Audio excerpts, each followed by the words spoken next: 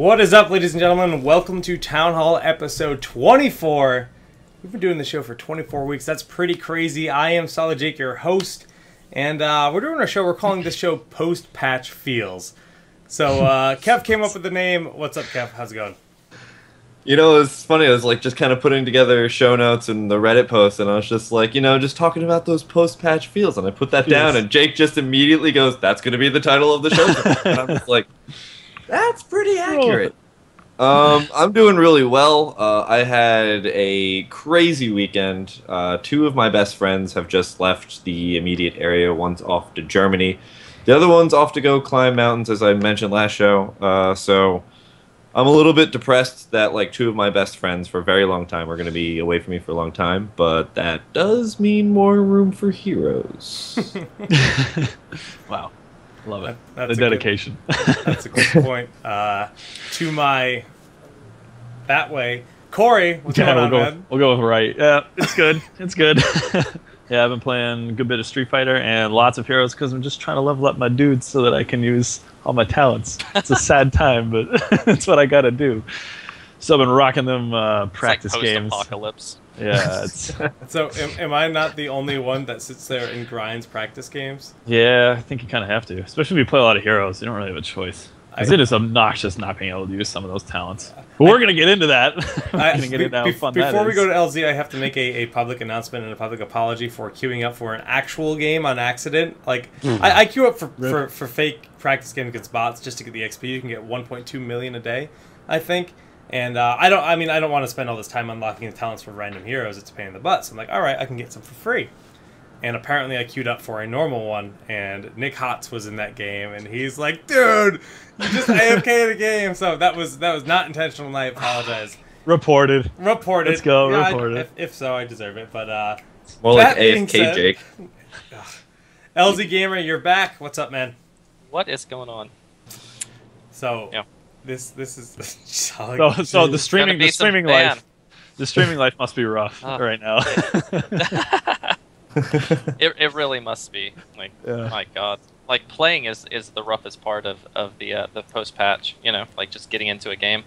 It's like it's like dinner for schmucks right now. Except like, you got to try to find some low level player, some real big newbie to help you get into a game. And so, it's actually pretty terrible. It's actually so frustrating. Like, I actually just give up playing after, wasting like 30-40 minutes trying to get into games a lot of times. I'm just like, all right, I'll go do something else. It's actually kind of funny in a way because you have to have like that one person who's like not played a lot or has like a low level account. So then you have 3 to 4 people who are really good, level 40s, and then one person who's like level 6. So it's like kind of like a Blizzard's adopt a newbie. Yeah, basically. Train this guy how to play No. Secret. I like it. So what do we got for us today, Jake? Yeah, we've got a like post-patch feel show, like we said. We're going to be talking about our patch impressions. We're going to be talking about kind of our initial thoughts on both Rehgar and Garden of Terror. And we're going to do a deep dive on Abathur. Now, last week we said we're going to do Kerrigan, but we kind of changed our mind. I mean, we got the main noodle in the world right here. And we want noodle. Abathur's like a big... All right, come on. You would make fun of me for my random idioms, but I've never heard that before. I've heard this from a lot of people. Yeah, I've heard that noodle. Yeah. All right, not main noodle, but no, not main noodle, but noodle is Abathur. Like everybody calls him noodle. Noodle. Okay. All right, everybody gets one. But I think I said, what did I say? It was like everything comes out in the wash, and Jake was like, what is that? But all right, moving on. We got the big noodle.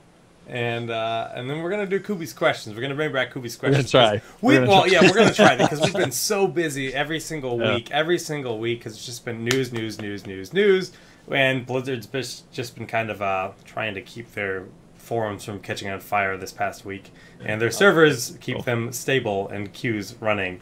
So there's been no news at all since our huge patch last week. So. Let's just start off with the new hero. I mean, that's kind of probably the easiest thing to talk about. Rehgar is, in fact, the new support added in the game. He is a shaman. And actually, you know what? I just loaded up the client before we talk about Rehgar. Let's just talk about the minor UI tweaks they made to the game. And You know, if you guys have not seen the game, there's now a splash page when you first log in. It shows Rehgar, and it shows some stuff. I mean, this is kind of like what's going on. Nothing's like aligned properly. Like this line's a little bit above this.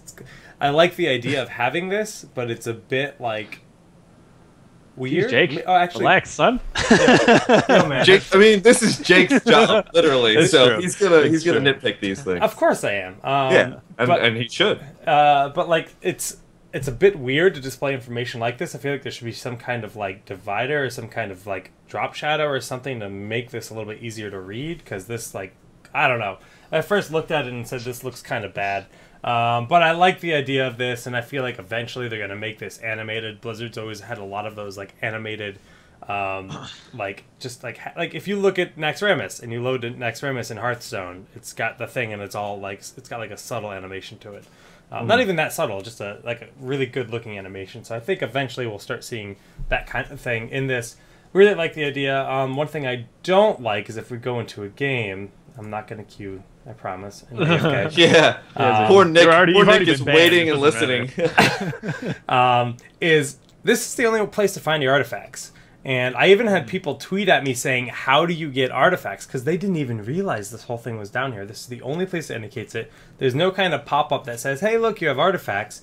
And when you go in here to buy artifacts, like if I'm to buy this, it says 100 gold, but I have no idea, like on this screen, as to how much gold I actually have. So it's like, can I even afford this? Like, I don't know. I have no idea. Then I have to go back out and go into the shop to see how much gold I actually have. So there's some issues with the UI, but I mean, again, this is nitpicky stuff because that's kind of like what I went to school for and the kind of stuff I think about a lot. So, but still, just a thumbs up. They had a lot of little subtle things, like Falstad, his bird. What's his name? Swiftwing? Swiftwing. Swiftbeak. Swiftbeak. We had this discussion a while ago. Yeah, Somebody's gonna yell at us in a YouTube comment, but I'm sure. you know. it's either Swiftwing or Swiftbeak, but you know, he caws when you use his Z. He goes. Rawr! I'm gonna keep doing animal sounds on this show, I think, today.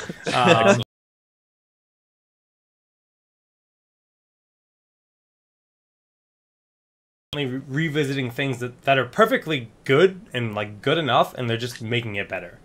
I'd say, if, like, from my perspective, there's a lot of things they changed that I've been wanting to see in there for a while, like being able to see your talents while you're queuing, being able to change like a lot of things on that screen. Like they made it obvious, like where your profile is and everything. So those things we've been wanting for a while. They've finally put them in. So I'm quite happy with this UI update personally. I don't see the little tiny things that Jake sees, but overall, it's pretty nice. See, I actually disagree too. I actually like the whole like outlay they have, just like in the you know, where you hit play shop and stuff. At least they're not, you know, toying with you with a character that you actually can't play, right? Like they show you Chin as the old one, right? Yeah, like that's he's not true. even playable. So at least this shows two things that you actually can play, you know, with the new garden map and Rehgar. So well, I don't know. I'm actually okay playing, with this. No, I queuing think- up right now. I just think Well, that's good. You can play. You can't play with anyone, but you can play like by yourself. No, I don't think that's bad. I just think it could look a little bit prettier and be aligned a little bit Of better. course, But I of think the course. overall idea and the overall concept of it is fantastic. But yeah, this is great. Having the talents and, you know, everything right here, all the information you need to know about the hero, the heroics, your abilities, the descriptions, everything, you know, is really nice. The skin UI is much better. The fact that you can see that what you can, you know, I almost have this tint, and that's something really cool. And it's just like, you know, you're picking your character, and because before you could see the different tints if you had them, but now it's teasing you and giving you something to work towards. And especially like to be able to pull up that master skin in the menu with your friends, like even if you don't have it, just be like, yo, check this out, it's really cool. I don't know, it's just like kind of a cool thing to have, and just well done overall. Nice update. Nice, like I said, there's a lot of little things. But that being said, we can talk about Rehgar a bit, unless there's any other like little things you guys wanted to talk about. Well, actually, there was. I mean, so it's alpha, so they're probably just, you know, trying to shove functionality wherever they can, and they're gonna eventually like fill out all this stuff. Like, you know, the skin stuff that you all just pointed out. That just kind of. That's coming in, it's alpha, etc. Right. But the one thing that actually caught me off guard was I was looking at the talents, and I was just playing Uther, and I don't have all the talents unlocked for Uther, and they offer at the bottom when you're looking at the talents, but they're locked. It says at the bottom like fourth, or how much is Uther? 7,000 gold or 899 or whatever in dollars. And I was like, you can pay money to unlock the talents? And I was like, no way. Well, I've got the money, so I clicked the button. It's like, you bought Uther. And I was like, oh, okay, that's good. It didn't have like any indication that you were buying the hero. It was just like, and I thought it was like unlock the talents for like, and I was like, it's only 4 levels. Still 4 too many levels, but it's all right. Anyway, that was just like one little thing that caught me off guard. Yeah, that's a bit like, well, I mean, again, it's just confusing. But again, this is an alpha. It's kind of expected to have like things that they look over, and that's bringing that kind of stuff up is our job as alpha testers to help them correct the game and making it a better, not only just gameplay but user experience, because that's half of what good game design is just accessibility, getting into the game and being easy to understand, because but all right, let's talk about Rehgar. I always want to say Rexar just because it's easier to pronounce. Rexar. Rehgar feels like almost like a task to say, but Rehgar. What do you guys think? Coops. He's a lot of fun. He's actually a lot of fun. I haven't really been trying to build him like a DPS, really. It looked like kind of at first when they showed the hero off, like, oh, you can kind of do one or the other. I've mostly been going support with him. But his mobility is a lot of fun, and his kit is pretty unique and versatile. I'm enjoying him so far. Do you play him support? LZ, you play him at all? Yeah, I mean, I played him to unlock all of his talents and stuff, And how do you practice mode? But okay. I think he's really good. I mean, I've played against a lot of them, and or with a lot of them on my team. I think he's really good. He has a very diverse style. A lot of his talents are really confusing and off-putting, because they make him to where he could be completely DD if you want to. That he has like searing attacks, focus attacks, and all these type of things. And I don't know if even if you built that way, if it actually would be good enough. I don't think it would be up to like a Kerrigan or something by anywhere, close to the imagination. But I do think he's like a pretty good support. His chain heal's really good. Both his ultimates are amazing. Mm-hmm. I think once, scrims are down since people can't even get into solo queue games, much less team games. But I do think like his ultimate, his Bloodlust ultimate, is going to be absolutely ridiculous in once like scrims and competitive play and stuff comes back. It just seems like so strong to me, how much extra damage and movement speed or whatever. Yeah. It's crazy. Insane. If you use that on like an Archon Tassadar, or Dark Archon Tassadar, or any other hero, it's just like they melt your face. Like, I mean, on alone, like anything normal, but like if you have a, what is it? Metamorphosis? I can't even pronounce that word. Illidan. He's just terrifying. He's terrifying when you bloodlust that. It's just like, oh my god, I am not prepared for this. I noticed there's a lot of heroes that go really well with him too. Like you mentioned Illidan, I actually think he's one of the better heroes. I would agree. That you can put on him. Like it just gives Illidan like flat DPS every time, because Illidan's always on somebody no matter what. Yeah, you build them with the lightning shield so that you get the additional heal from when you have the lightning shield on first, and then you get the shielding on the lightning shield. And the attack speed, or is it speed or damage on Lightning Shield? The tier 1. Damage. Tier 1. Damage. Yeah, it's like damage 25% for the next 3 auto attacks or something. And they just become like this terrifying melee duo. Like they're just like super scary. So I think he adds a lot of fun, like you said, pairs. Playing with any other melee with him, I think Murd and him are great too. Just like. They can do a good amount of damage and like really have like a lot of control. Like you knock someone back and you throw down a totem, like they're not going anywhere. They're gonna die. Yeah. Arthas is another one that works really well with him too. I can bet because of the slow aura. Like they pretty much just can't get away from him. Yeah, I was about to say that's a CC. That's a nightmare. Yeah, trying to get away.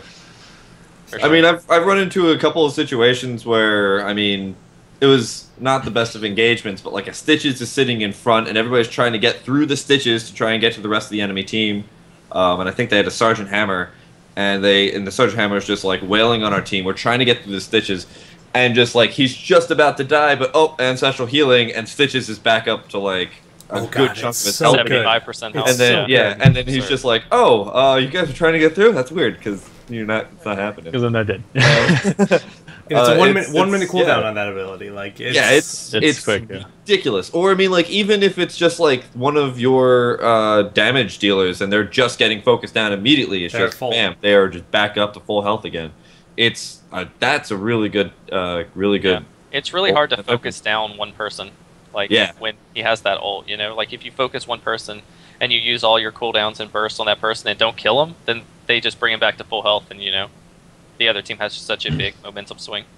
It's pretty good. It's just the other two very Bloodlust ultimate. Bloodlust is ridiculous. They're both great though. That's the thing. That's a nice thing. Like we need more heroes that have two incredibly viable heroics because there's not many of them. if I'm the only hero on the team, I'm probably gonna get ancestral healing.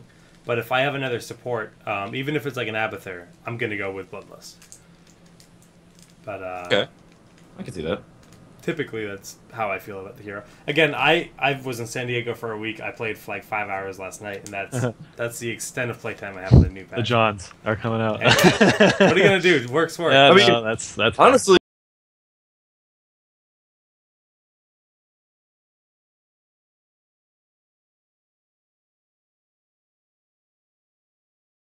I haven't actually ran any numbers, and I haven't really seen like an average performance on how well he does versus, say, a Brightwing, which is probably like the most ridiculous healer in the game still. But he's still a really strong hero. Just he's overall really strong. I'm still not sure where I see him build wise, as you were saying before, like whether or not DPS or what. But yeah, I'm not really sure either. I mean, I think it's too early to really tell like where he actually falls in. Yeah, I mean, especially without any scrim data. Yeah, exactly.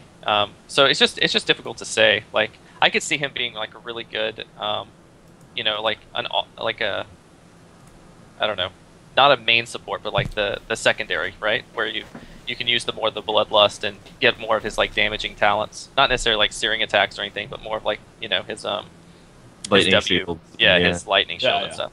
And so I think that might be a better.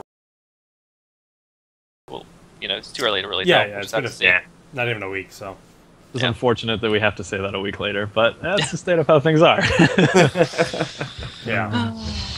It's true. Well, I think that kind of covers our initial thoughts on him, so let's talk about the new map. Now, like I said, I only got to play last night. I've yet to even play on it, unfortunately. I haven't even had the luck to play on it in like the 12 games I played, so what do you guys think about it, Kev? I feel like it's a more refined version of Dragon in a way. Like Dragonshire, it kind of feels like two different games at once, and this map kind of does that too in a way. I don't really like the plant terror idea yet.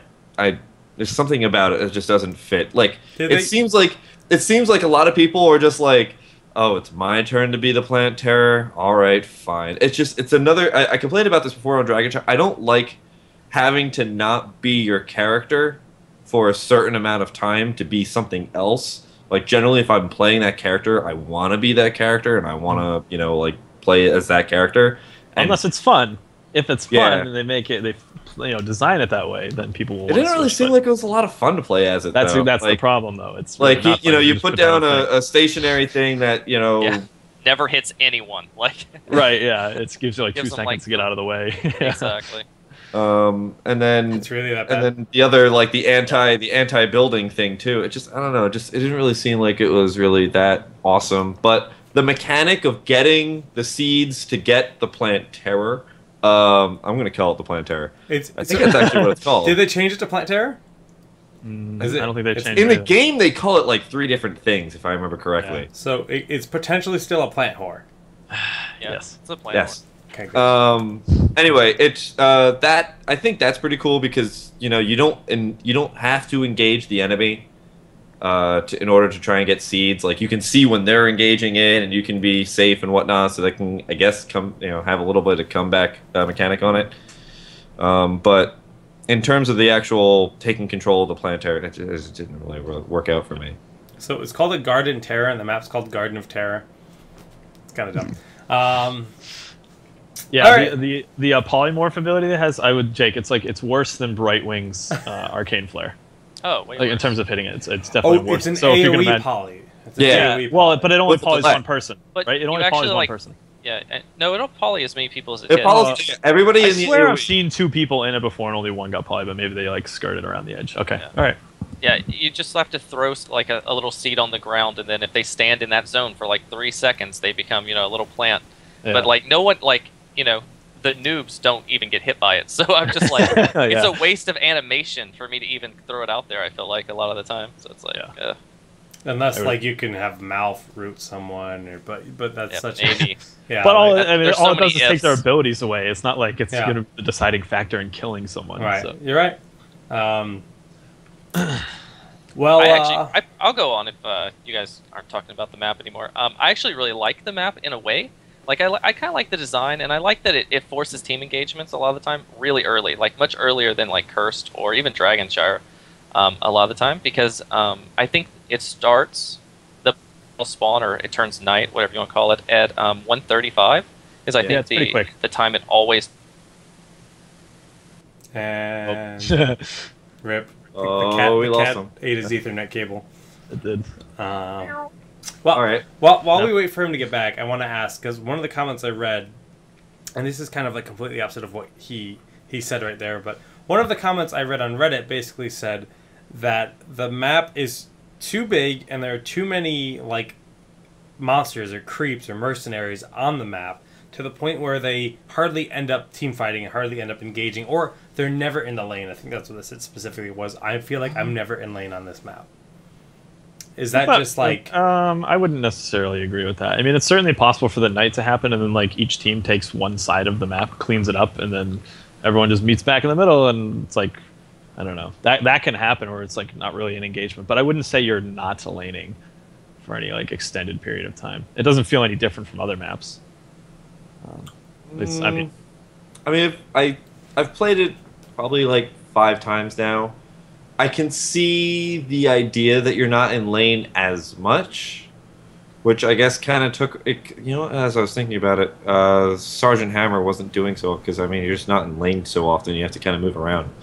I can see that. I can see that you're not in lane that much. I don't know. The games that we played on at Kev, it was like we were just basically team fighting the whole time. But I wouldn't say that's because of the map. It wasn't the map that was the reason. We were just like better than them, so we were just chasing them around the whole time. But the thing so my point was like you can team fight a lot, and you can also not team fight a lot. Like because you can see where they are and just be like, all right, we just won't be there, and we'll just deal with the Planetara when it comes out, because its abilities don't really do that much anyway. But that's just me.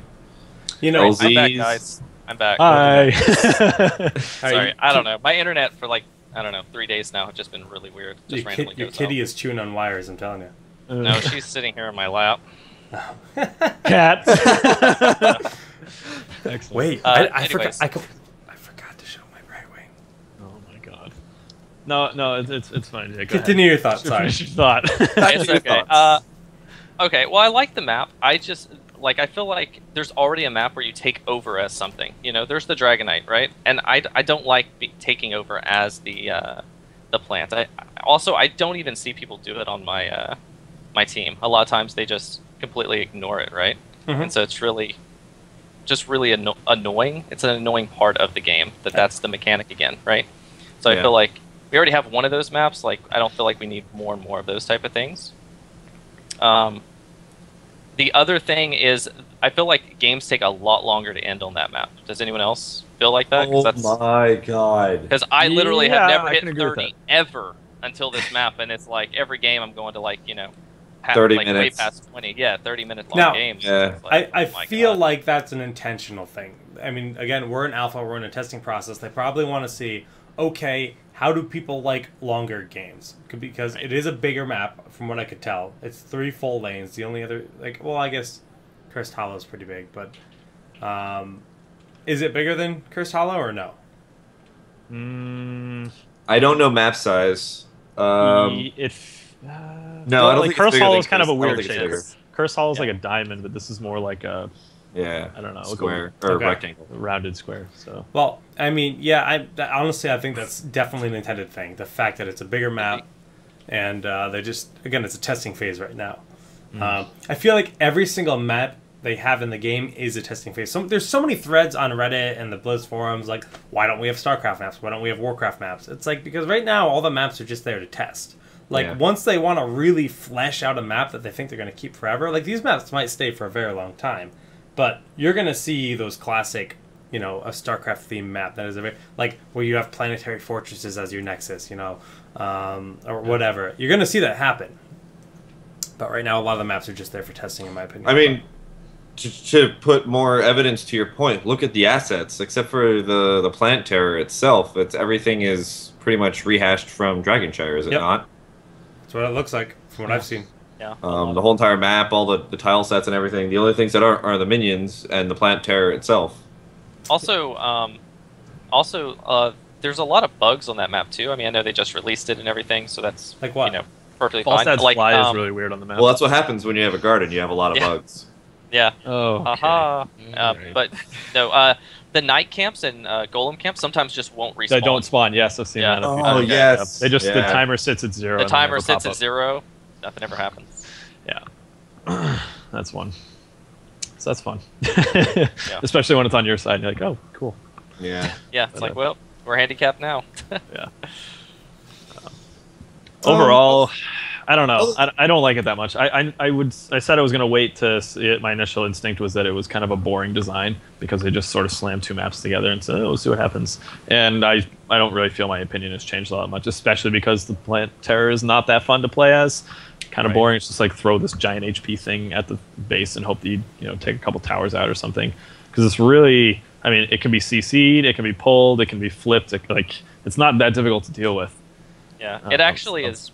It's actually like absurd how easy they can deal with it. Like you get it and you actually can't even make it to their base before it's dead. It's like, and that's why the matches take so long, because there's no mechanic to push the game to an end. It's super easy to deal with. So they need to scale it up, give it something fun that people actually want to take it. Because right now, you may as well just take camps and just try to like hard push a lane. Otherwise, what if they didn't show where it was?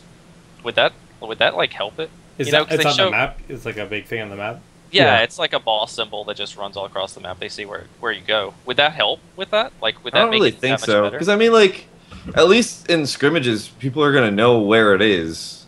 Like it's not like people are not gonna. I mean, people with map awareness will be like. It would help it, but it wouldn't. Skip. You'd know it's out, right? I mean, you'd probably know it's out. You'd see their seats. Yeah, exactly. So you'd just be kind of skipping around the screen, and that just adds a little bit more, map awareness you'd have to require for it, but I don't think people would not know where it is unless it was like cloaked. That's a good idea. Let's give it cloak. Like now, if it cloaked during the nighttime, that would be cool, right? So I don't know. Is there any strategy in like retaining your seeds, and can you grab 2 at once on your team? Cannot grab 2 at once. You cannot grab 2 at once. Okay. Yeah. The other thing too is like they played up this night phase like it was gonna be super scary, like you can't see anything and like people can just sneak up on you. Everything. Like it's not scary at all. There's everything is still changed. really transparent as to what's happening at that point in time. So your field of vision is not reduced?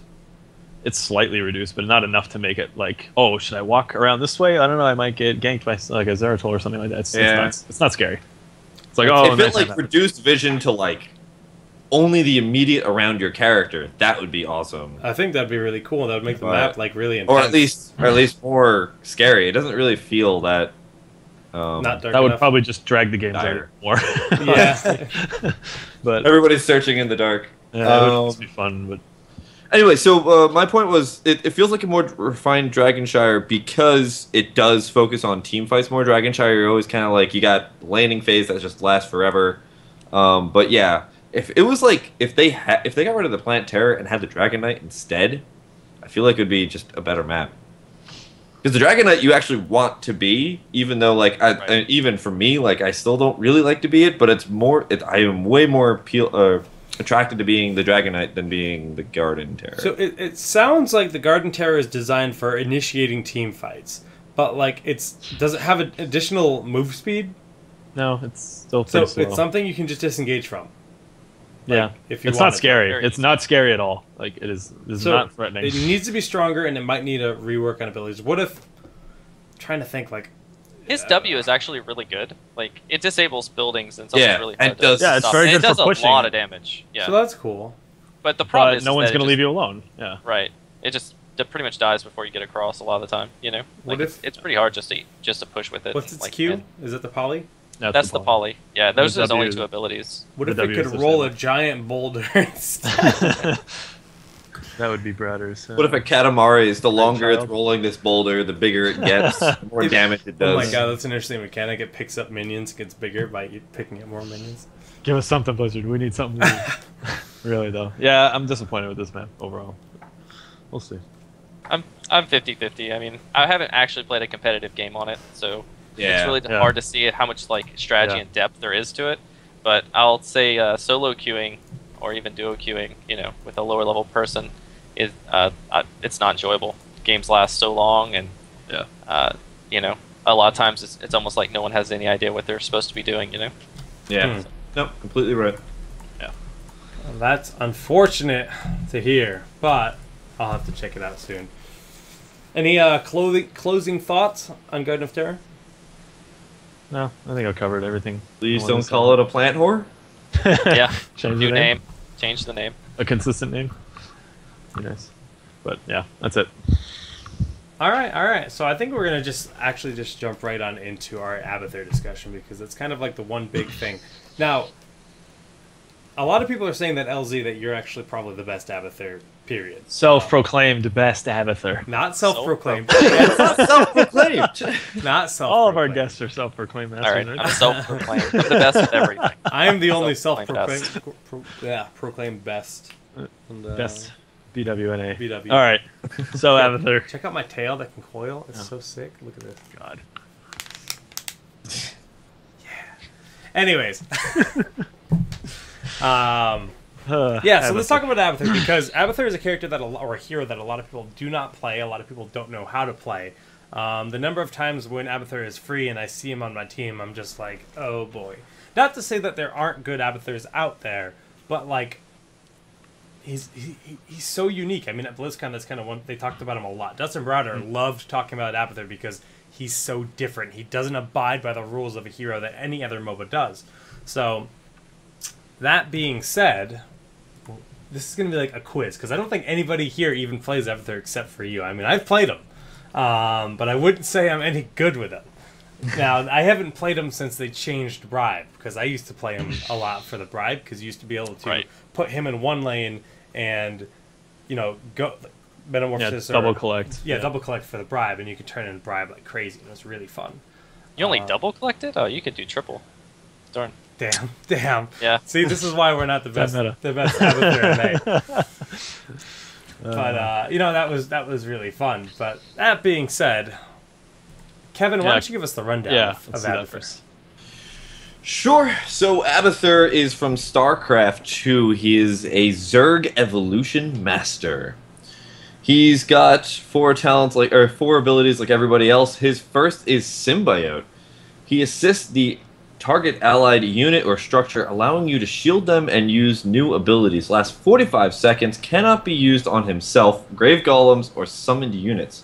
However, when you do Symbiote on somebody, you get new talents ability set, which your Q then becomes Stab. Shoots a spike towards the target area that deals 44 damage to the first enemy it contacts. Spike Burst, which deals an AoE around the target that's symbioted. And Carapace, which shields the assisted ally for 140 and lasts for 8 seconds. Going back to non-symbiote abilities, his W is Toxic Nest. Spawn a mine that becomes active after a short time. Deals 335 damage and reveals the enemy for 4 seconds. Lasts 90 seconds, so they last quite a while. And his D is Locust Strain, which spawns a locust attack. Oh, sorry, it's not a D. It spawns locusts every 20 seconds, and they just kind of walk down the nearest lane and kill whatever comes about in front of them. And then, of course, his only heroic ability is Ultimate Evolution. Clone target hero and control it for 45 seconds, and after, I believe, 10 seconds, you can use their ultimate if it's past level 10. Am I right about that? Yeah, I think there is a delay. There's a delay. Yeah, it's like 10 or 15 15 seconds. Yeah, 10 or 12 seconds. So something like that. It could be even longer. Just want to laugh at this graphic. The fact he has 2 heroics, but it's the same No, one. it's actually it's really funny because I was like making the straw polls for this, and I actually put 2 ultimate evolutions on the thing just to be funny, but it's actually there. Do you like Ultimate Evolution or Ultimate Evolution? They didn't want to make him feel left out. They had to just give him, they had to print it twice. Oh, and I forgot to mention his mount is his Z. His mount is a deep burrow where he can pretty much teleport to anywhere he has vision. So you can actually use the W, make a tumor, get vision of anywhere once the tumor is ready to roll, and just go there. So that's good for... Again, that's why he was really fun with Bribe, like I said earlier, because you could just kind of tunnel to any mercenary camp on the map and just be like, boing, and take the whole camp and just go back to a safe spot. But okay, LZ, I have a base question that I wanted to start this out with. All right. There's got to be certain heroes that like you have to have on your team. Otherwise, you won't play Abathur, I'm guessing. Like, you can't just throw him in any comp. So who are those heroes that you just like, all right, well, I'm not playing Abathur unless I have this guy, or this guy. One of these three. I need somebody. Well, it's more than 3, so... Okay. Well, I figured it was just like whoever has really strong... So pretty much, if you're just doing like a normal type of team comp, where you have, 1 or 2 supports, you have, a couple of DDs, you have a tank, that type of thing. Like, if you have a Vala on your team, Abathur works great with her, because double strafe. It's just amazing. Tychus is the same way. You can roll double Tychus and have double Odin, and it's just so strong. And if you're doing like a divey comp where you're trying to eliminate one of the people really fast, Abathur works with like Nova, for example. You just clone Nova, double precision strike, and those type of things work really well. And another thing is like, since there's not a ton of supports out, and if the other team picks a lot of the supports, or or they get banned out, and let's say you only get like one. Let's just say your team only has Malfurion. Well, Abathur works really well, in that comp because he could actually go as Malfurion, so you could actually have double healing, or double silence, or something. It just depends on the situation. But Abathur's pretty versatile. He can play with almost any team comp. But there's some that benefit him more than others, of course. Okay. All right. Yeah, because anytime I see Vala copied, it's very scary. So I figured Vala would be one of the... So, one thing I don't see Abathur working well with is, like, I find that anytime when... This was a few patches ago, but anytime I played Murky and I had an Abathur, we were screwed. Like, it was just, like, game over. No, dude. Double March to the Murloc back before it was nerfed? Are you kidding me? Patch, my team, we used to run that just for, like, kicks and giggles, but... Literally double March of the Murlocs with like 100 to 0 a palace. Like you just backdoor with Abathur and Murky. It was hilarious. Like just so absurd. But they nerfed that to the ground, so don't go try that in my games later tonight.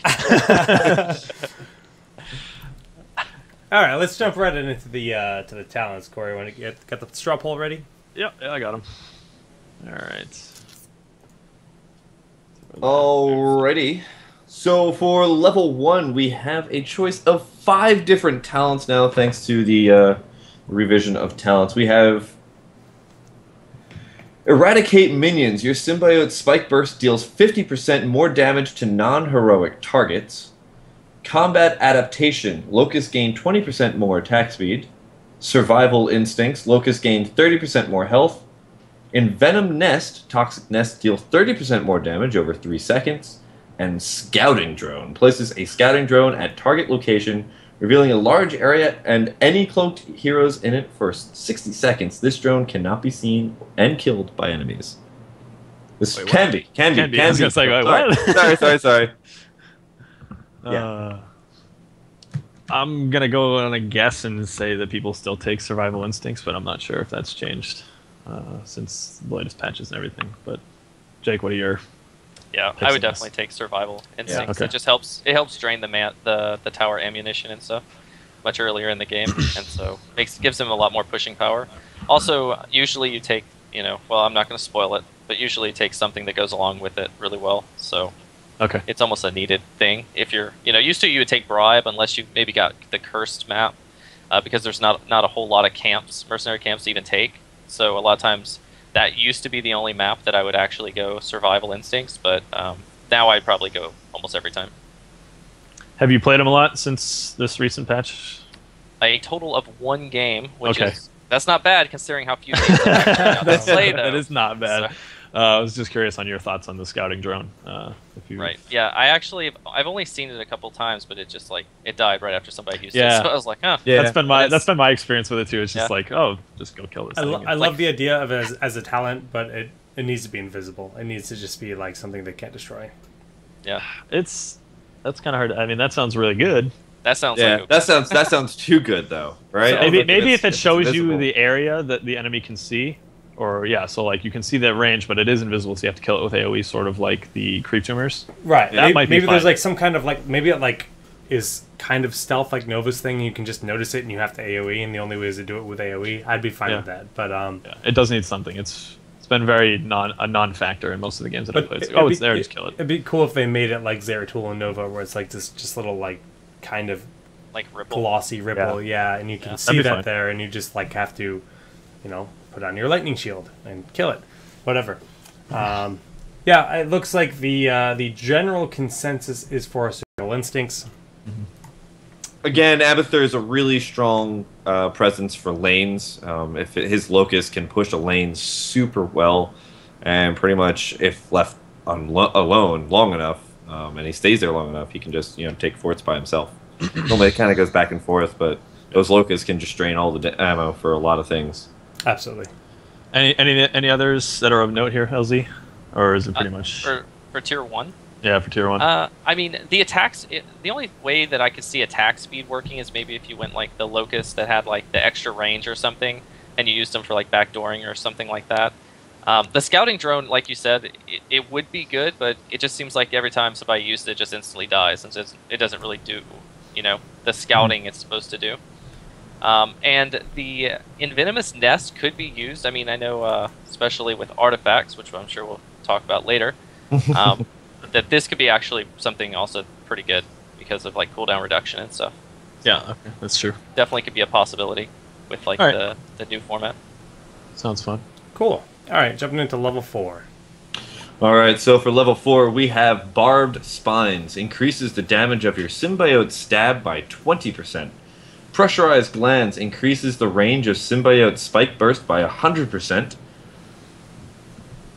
Ballistospores. Yeah, there you go. Guess on that one.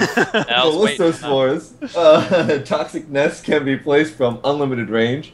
And Promote.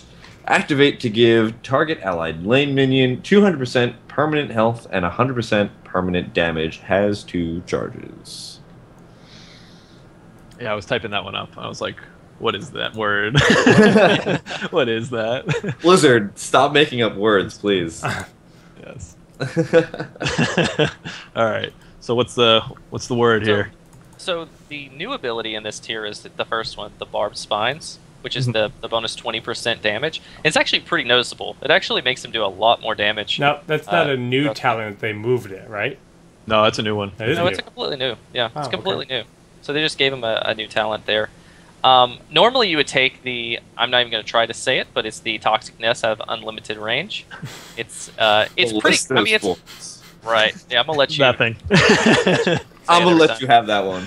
Yeah, exactly. So that's really strong on maps that have objectives that somebody's going to be at. So the pirate map where they're where they're going to turn in, or the curse map where where curses spawn at random and you might not be in range to do that, and so that helps, right? Like you can lay your mines or whatever to help out in those battles. So those are kind of cool.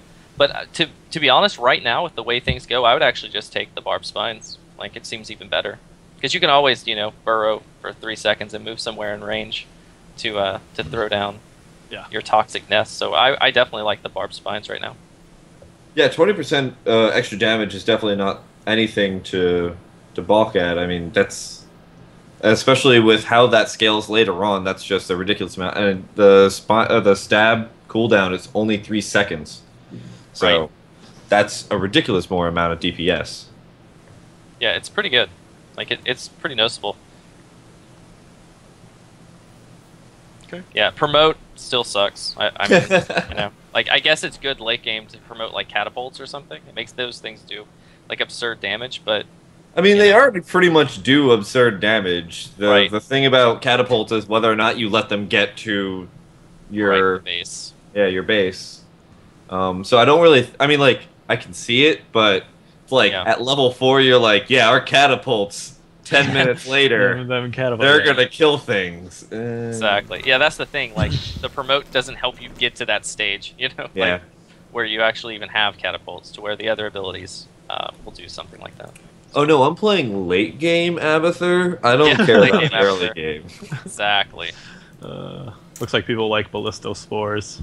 Yep. And yeah. I mean, I mean, that was the go-to on that tier until the new talent, and then it still might be the go-to. Like I said, I've played one game as the new Abathur, so watch out. You know, I'm gonna be a beast. Cool. All right, so let's go to level 7 then, where we have Grooved Spines. Increases the range of symbiote stab by 33%. Vile Nest. Toxic Nest. Slow enemies by 50%. Movement speed for 2 seconds. Regenerative Microbes. Symbiote's carapace heals the target for 7 health per second. And Call Down Mule, the best spell in the entire game. Activate to call down a mule that repairs structures one at a time near target point for 60 seconds, healing for 100 health every 1 second, grants 1 ammo every 5 seconds. Yeah, I still almost always go mule. Like, it can be, you know, a defensive thing, or it could just be a total scout. So, like, to be honest, mule is like really strong. Don't feed the Kevin. Yeah, I know. I hate it. It's funny because LZ's talking, and then my Skype screen swaps in for just a second, and I can see Kev going. And then it just goes out. Just me like massively nodding my head, just yep. Now, for all of you who don't know, I'm just, anytime anybody doesn't pick Mule, I yell at them, because I think that Mule is still an underrated talent. Yeah, it's really strong.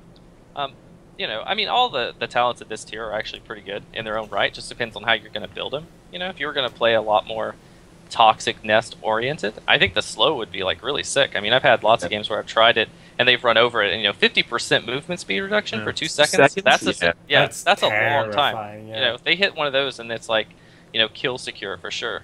And so, I mean, it's basically like, I mean, if I were to do that, I'd go for Ballistospores, and then you put 2 or 3 Toxic Nests in their retreat path. Right. Or if your team is like pushing forward and you want a little bit of a buffer, like where they are right now, so if they have to run, then there's just... So these are little cute things you can do with that movement speed and really kind of abuse that, as well as the damage and the range, obviously. Absolutely, yeah. So, I mean, you could definitely... all these talents are actually pretty good, to be honest. Like, I've even had I had a Abathur on my team, I think it was yesterday or maybe the day before, even get the regenerative microbees, and it was actually pretty strongly healed me for quite a bit. Like, somebody was like chasing me down, and it actually was like really noticeable, and I was like, huh. I mean, this was a little bit later in the game, it was probably like level 14 or something, so I'm sure it healed for more than 7 health per second, but it still was a little bit noticeable. Yeah, we can hope that, or we need to send Blizzard a letter right now. I want to interject right now, because I just saw that The Hunt apparently has an emoticon in chat. That's from ZP's channel. That's from ZP's channel? I believe so. That's awesome. That's pretty good. Yeah, I want to see that more often. Of course, Trixler would only buy that just at least so he could use The Hunt absolutely everywhere. That's totally worth it, man. ZP has some pretty wise investment right there. Absolutely. Absolutely. Gotta say, I do love ZP's channel, though. Yeah, I watch his stream at work all the time. It's terrible. I mean, it's terrible from my job. Terrible. Not his stream, but the fact that I'm watching his stream at work all the time. Yeah, Jake, we see that. Yeah, but here's a straw poll. We all noticed. Mule and Groove Spines are definitely, like, they're 1 and 2, or 1 and 1, tied for 7. 39% there. I think I would go with Mule. This is the one character where I think I would always go with Mule, just because it is very good, as much as I hate to feed the Kevin. It just makes a lot of sense on him, because you can cast Mule anywhere. Abathur's a character where... Now, when you play Abathur, just walk me through your playstyle a little bit. How often are you moving around the map? I mean, a lot of Abathurs think the correct thing to do is stay in the base in the safest place possible. Now, it's pretty safe to say that is not correct. Right. Anytime, like, an objective pulls people away, Abathur's in lane like 100% of the time. If it's a duo lane, you know, it used to be when you like were trying to get maximum bribe stacks, I would actually go in lane from like the start of the game, and just like be, you know, very aware of the circumstances. Another thing that a lot of people don't know is that most, I say most, but maybe hopefully some of the better Abathur players actually use camera hotkey locations because they're actually in the game, you know, like control F5, F6, F7, F8. And I feel like that's actually one of the big things Abathur needs. It's probably like if anyone's going to use camera hotkeys, I feel like Abathur like gains the most from it. Yep, that makes sense. That he's able to really like jump around all the maps and then the main objective point, which could be, you know, Dragonite, Dragonshine, or Pirate turn-in point, or something like that. You know, so there's a lot of things that you can do with that, being able to jump around quickly to symbiote somebody that might be in trouble or something like that. So I think that's one of the big things about Abathur is just being very map aware of what's going on in your allies and those type of things. And another thing is like being aware of where your opponents are too, because then once you know where your opponents are, that's when you can actually go into lane safely. You don't have to worry about anything, right? You can hide in that bush and soak experience from, you know, top lane and then symbiote bottom lane and get experience there while they're all fighting at some random location for a curse map or something. And so you're actually pulling your team ahead by just doing the simple mechanics of the map, you know, getting experience from lanes and stuff like that. So it's definitely he's definitely a fun character. He's definitely one of the more unique characters though to ever play or learn. That's the reason, you know, a lot of people complain or get aggravated when it's Abathur free week, because there's a lot of people who have no idea what he's doing, and I've been on those teams before where I'm just like, oh my god, I've got this Abathur, and you know, he's staying like near the first, you know, the main palace building. Staying in Fountain. Yes, exactly, in Fountain. And he's like, listen, Dustin Browder said that I don't have to leave my base, and so I'm not gonna. You know, like, and so, you know, he's really missing out on like the power of Abathur. And so, yeah. I don't know if that answered the question. I don't remember what the question was now. I just asked about like where Abathur should be on the map, so yeah, you definitely answered it. Yeah, once you know, like, you just try to gather as much information as possible to where your opponents are, and he's just all map awareness, so absolutely. Yeah. You know, want to be in, like, in all honesty, like, you want to be in lane as much as possible. We just at BlizzCon we actually said, like, flat out, we're like, the better StarCraft players are definitely going to lean towards this guy. We like knew, like, because again, StarCraft's such a map awareness heavy game, right, where you guys are just used to that, and Abathur definitely, you know, fills that role for sure. Yeah, I agree. Yeah, I mean with StarCraft, you know, all you do is really look at the minimap, you know, all the time. That's all you're really focusing on. Yeah. And so it's the same. StarCraft players focus on the smallest part of the screen and occasionally look at the biggest part. Exactly. It's very true. All right, let's go to our favorite part of the show where we talk about Abathur's heroic. Yep.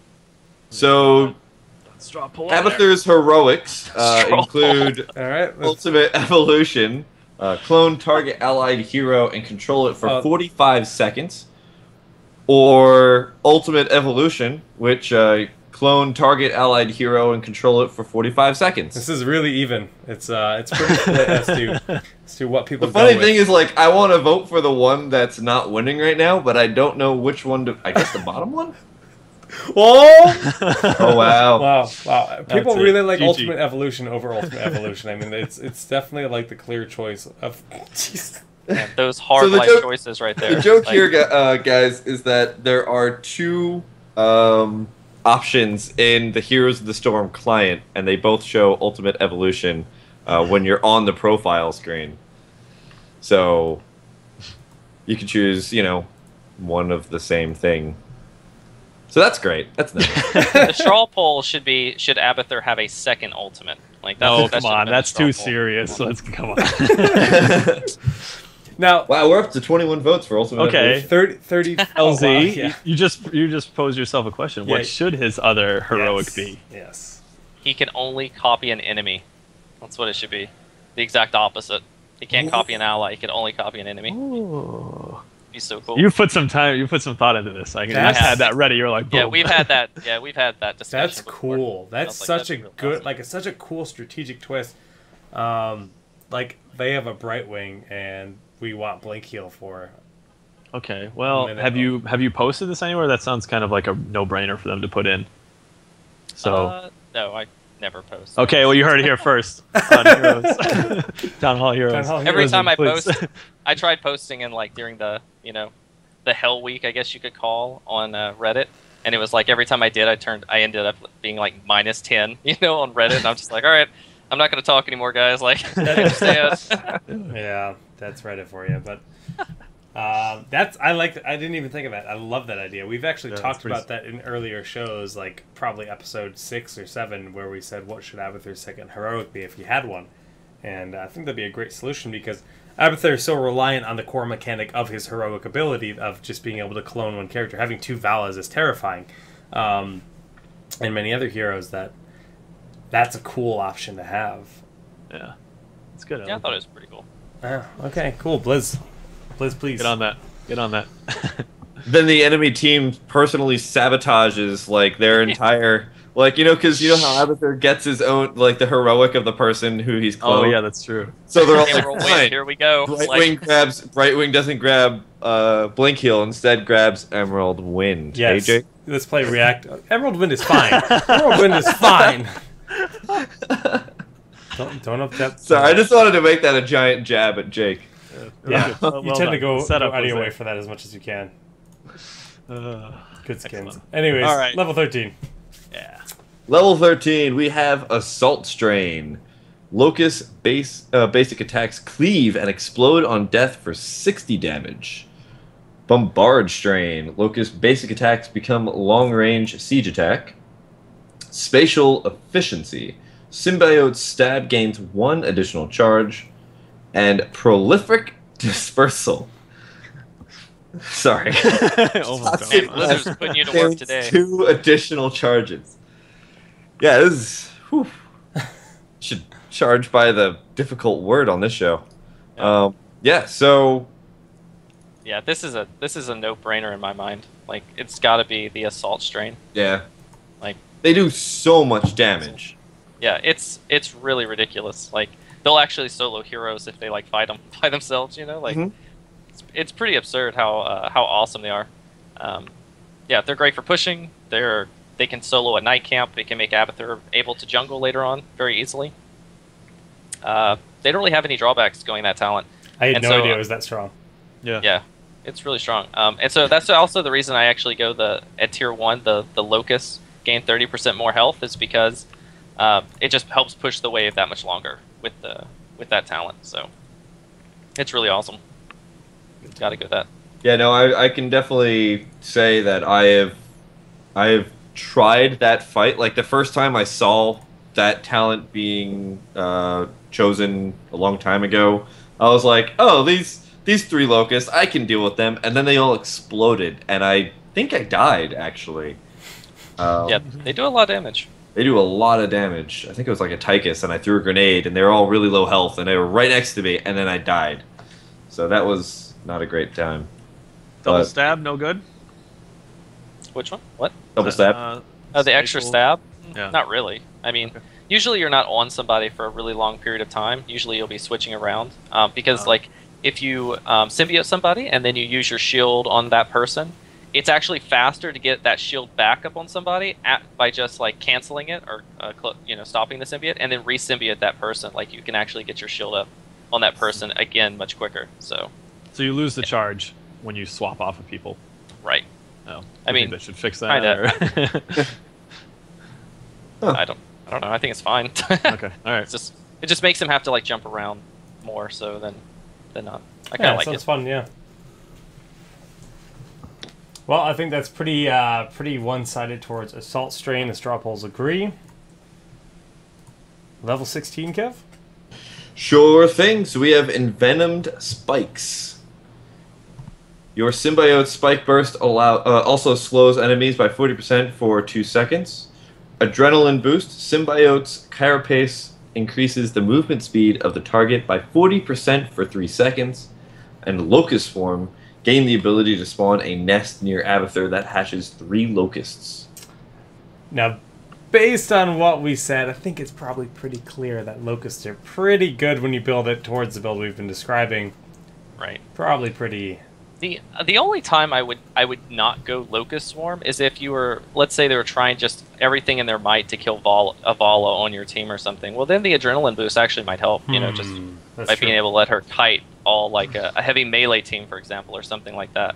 And so I could see that coming into play, where like that would be much better for helping out in team fights than the Locust Swarm, which is your essential push mechanic. You can just push entire keeps down by yourself as Abathur late game. Yeah. What is the cooldown on it? I mean, they stay alive till they die. I think it's 60 seconds, and then you can just redo it. You can do it again. That's really good. Yeah, it's pretty consistent, and especially being able to also drop a toxic nest and teleport anywhere on the map. You can always constantly be putting on pressure at their weak spot or where they're not. So it forces the play against Abathurs. Okay. That's really cool and sounds really good. Honestly, like, do you legitimately get triple lane XP as often as possible? I mean, you can. I mean, it's not 100% often, because you actually have to use your toxic nest for one.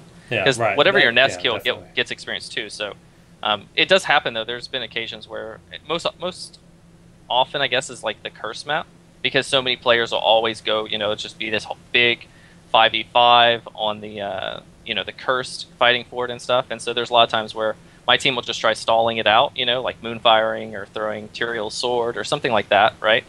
Just stopping them from being able to collect it, while I just gain as much experience from all the lanes as possible. Wow, that's so good. That's actually a really cool strategy. I like that idea a lot. Mm-hmm.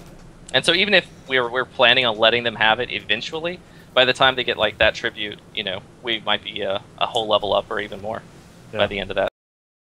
That's pretty cool. All right. Somebody asked me, they were like, "Why is LzGamer the best Abathur?" And if you're listening right now, that is why. He's telling us a lot of things. Yeah, we didn't think about. That's for sure. I'm definitely going to be playing more, because I pretty much play supports exclusively, but Abathur didn't have a lot of appeal to me until now, honestly. So yeah, he's actually, like, his numbers he's put up, I don't know if they changed, like some of his abilities maybe wasn't adding damage in or something, but lately when I see he's always like top 2 or something. Yeah, I've noticed that. Top damage. Abathur has a ton of hero damage. Yeah, it's absurd. I'm just like, wow, that's really crazy. I didn't realize I was doing that much damage. So that's pretty awesome. cool. I don't know. Yeah, I don't know if they maybe like Locust now count as hero damage. Probably. It's probably something they fixed. Yeah, I'm thinking it might be something like that too. Yeah. But it's pretty sick either way. It's really impressive to see that Abathur can, because most people complain. It's like, oh no. I think it was a week ago, or it was the day before the patch came out. Actually, me and Idra were playing some duo queues, and we queued up, and this guy was like just complained the minute he saw an Abathur was on his team. Like, great, it's a 4v5, and it's like it's like. And so it's really cool to see that Abathur actually puts out a lot more contribution than most people even give him credit for, damage-wise, Yeah. So maybe it'll, calm the masses. Maybe. Probably not. No. Yeah, it's definitely not going to, but I let's pretend that it did. I see an Abathur in my team, and I get worried for my game. All right, let's close out the Abathur segment with Bolt or Evolution Master. Is there ever a reason to get Bolt? Oh my god. Obviously Bolt.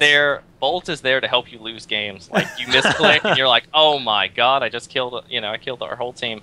Yeah, there's no reason for Bolt. Like, to be honest, I don't know why they keep that in the game. What purpose could it have? You mean on him? It's beyond me. Yeah, on him. On him. It's a great thing to have in the game. It's a great thing to have in the game. Just absolutely the worst idea I've ever heard for Abathur, especially when they're like, listen, he's supposed to be behind the gate. And it's like, all right, we'll give him Blink. Like, it doesn't even add up. It's like almost like a...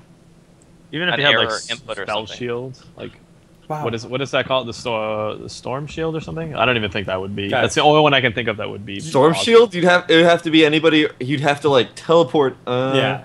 Okay, so here's my question. It's still like the only one. Yeah. Does Bolt work on your ultimate evolutioned person? Whoa. Yes, but that's not like worth it still. It's like I'm trying to think. I'm going through like all the heroes that don't have Bolt and whether or not that actually could possibly do anything. But yeah, I don't think it does. 60 seconds is just too good. Exactly. I mean, Yeah. would you rather have your ultimate for twice as long, or would you rather be able to like make him blink and maybe survive death or something? Guys, why have 35% of the people voted for Bolt? Why? Because the whole entire chat is yelling Bolt. Okay. Thanks, chat. Thanks. Total And blame. maybe Sham 2 also voted for Bolt. I don't know. Oh, God. I'm sorry. Right. Artifacts. What do you take? On Abathur? I would definitely do cooldown reduction. I have to. Is there a list I can pull up the artifacts? Hold on. Let's see. Let me look for that. Not anywhere that's easy. Anyways, I'd pretty much just. I'd probably just take a lot of the generic stuff. Anyways, I'd probably take the cooldown reduction for one. I think that's his biggest. I actually saw somebody the other night. He had like 9 mines planted in one bush, and then I went into the bush to like bait him in, and it was an Illidan, and Illidan like just flipped it, just dashed into the bush and just died, like flat out, like he just exploded. Like I didn't even hit him, and so it was really absurd. And I was like, "Yep, that's cooldown reduction right there." Trying to think of what tier 2 is. Tier 2 is like tier 2 is Alex Raz's scale, which is increases health regen, blood orb, basic attacks restore health. Obviously, neither of those. The coin increases mana regen. You don't have mana. And then here's my question: World Stone Shard, does that affect locusts? That's a really good question. I want to know if that works with Cigar as well. I don't see why it wouldn't. But is a minion, is that classified as a minion or as like a pet or something different? It's an ability. Yeah, it might. It's an ability that he has. I don't see why it wouldn't count. I'm pretty sure it would. I mean, it counts for like Gazlow's turrets and stuff. Yeah. Okay. Then that would make sense. Yeah. Yeah. So I would just. Wow, that's probably really good. I would take that. I would definitely take that. Really good. Yeah, that would help a lot for like backdooring and stuff later on in the game. Yes, and since I actually play him a lot in lane, I would actually take the increased movement speed just to, make sure I get back to lane in time. If somebody's coming. Obviously, the mount doesn't help. So. The mount doesn't help. Somebody is saying that ability damage does as well. So. Yeah, I know ability damage does. I figured it would. That was the only one that felt like a surefire to me. Yeah. But I'm surprised to hear about the cooldown reduction. Yeah. So brilliant Topaz plus Worldstone Shard would be a ridiculous amount of damage on the locusts. The locusts, yeah. And then third gen, you don't even have to pick anything because none of them really make sense. Riding Crop. I was thinking about it. Riding Crop, No, you get Wart's Leg. You get Wart's Leg. Yeah, Wart's Leg actually. Because then you could just, be a little bit more safe, I guess, when you have to like evacuate the dance floor. God. Yeah, I see. Sorry, that's just my phrase for when you have to get out of an area. It's just anyway. I see CSC saying that obviously the artifacts apply when you copy somebody, but I still don't think it would ever be worth it, to go like lifesteal or damage just for the point of time when you're making the clone or something. I feel like the cooldown reduction would be really good also for his ultimate too. I can see that. Just being able to cast that much quicker. Because that's a lot of times, a lot of people's problems with him too. It's like, oh, Abathur's ult's down, we can't fight. And so that would help with that maybe to a certain Steve does bring up a good point, and it was actually really funny to see this riding crop is currently broken. It gives you 120% move speed when cloned. So if you clone an ally and then you get on their mount, you zoom. You possibly could hit 88 miles per hour and go back to the future fast. It's so hilarious. It's so bugged. But it's the greatest thing in the world. I'm going to do this after the show tonight. All right. Well, I think that pretty much wraps up our Abathur discussion. Any final tips you want to give just to a new player that wants to jump in and play Abathur? I mean, to be honest, anybody who wants to learn to play Abathur, just learn to pay more attention to the minimap. I mean, that pretty much can tell the entire story of what's happening. Try to keep count of every enemy that's on the field. If you can count all 5, at the bottom tribute, then that you're safe to go to the top or whatever. If they're all fighting for the shrine bottom on Dragonshire, then you're safe to get that double lane experience. And so it really just takes to practice, and it just takes a lot of game understanding, I guess, to an extent. Being able to know where they are and know where you should be. But he's pretty easy to kind of get the base of, though. You symbiote somebody, you get all those abilities, and it doesn't take that. It's not that hard. So I would definitely give people the advice to play him. Like I think he's a lot of fun, and give him a try. Be sure to mess with camera hotkeys too. I know that actually can make people way better. It's really hard to get used to, especially coming even from a StarCraft player. Like camera location hotkeys are nothing fun to learn or even train yourself to use. But once you get them down, they just become like second nature, and they only make you better. Yeah. So anyone looking to actually become like the best Abathur player would definitely want to do that. I like awesome. It. Yeah, cool. Well, that wraps up our Abathur segment, and I think we're going to just hop into what everybody wants us to talk about finally, which is artifacts and the new progression system. So we're going to talk about artifacts first, because I think we got 3 against it and 1 for it. LZ, I hear you're a fan of the artifact system. I'm a fan of the idea of the artifact system. Let's put it that way. I haven't played enough with the artifacts like you said. There's been no scrims. There's been no competitive matches. I can't tell you how good something is. I know that there's some of them are just absolutely ridiculous. Like Diablo's unkillable right now. I don't know if any of you have actually played against Diablo. But he literally can just walk and one-shot people. Also, if there's some new talent, I guess that he's able to deal insane amounts of damage with his flames. Let me just give you a brief overview, because Diablo happens to be my main, and he was the first person I played with artifacts, and I said, wow, if everybody's like this is great. I feel so powerful. So let me just do a quick little run through of why Diablo right now is broken. You get the 15% extra HP on his thing, which means that anytime you gain any HP, which is your Soul Feast, you gain 15% more per every 5 health. So you get actually like a whole total of like it's 575 if you don't get the other talent, and then an additional 575 if you get the 200 souls talent. So he gets an easy 1,150 health just from souls alone, plus his normal scaling. At level 20, I want to say I had 9,000 health. Right. Which, if you don't have HP artifacts on Tyrael, you're at 5,400 health at that point. Wow. That's a a lot of regen.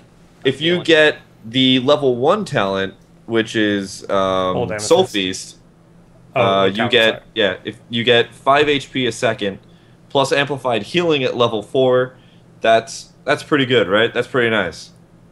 If you take the 1% HP a second, you get 1.3% HP a second if you take amplified healing. You can figure out the math on 9,000 health, how much health per second you're getting back.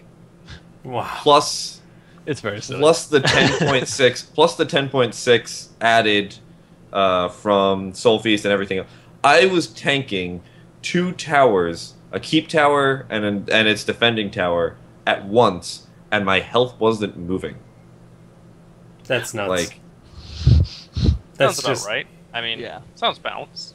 Yeah. It gets further. So his level 16 talent is Firestorm, which originally was a level 4 talent, and at level 4 it was your flames returning to you do 50% damage on return. So they go out and then they come back to where you are and do 50% damage of their max damage. Now they do 150% damage, and I have been behind a Nova by like 20,000 damage, and as soon as I hit 16, by the time I was level 17 or 18, I had surpassed her in damage, because it's 150% damage. So hold on real quick. Let me just look at level 16, how much damage Diablo does on Flamestomp, and it's a ridiculous amount of damage on the way back. So at level 16, it's 174, so you do 174 times 1.5 damage on the way back, and they can get hit by multiple fireballs. So if you actually, and this is a really kind of weird thing, if you use Overpower as the flames are just returning to your body, if the person's right above you, they get hit by every single fireball, which is 10 fireballs doing 174 times 1.5 damage. There's a GIF on Reddit that CSD posted of an Illidan. He got healed at the same time the fireballs are hitting him, and he still just barely survived. It's really strong and hilarious. Yeah, hilarious. So if you're playing it's as him, that part is not artifacts. I like it. That part is not artifacts, but the whole entire HP regen and everything, that's artifacts. He's super strong. Stitches, same issue.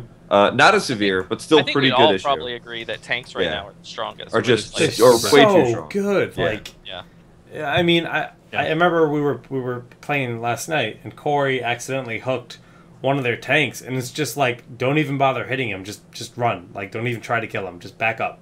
Like, that's not what we wanted. We just disengaged. It's just like, it should never be the situation. Like, if you have a tank, like, don't blow your cooldowns, but go at him. Don't just disengage, but, like, chip down his health.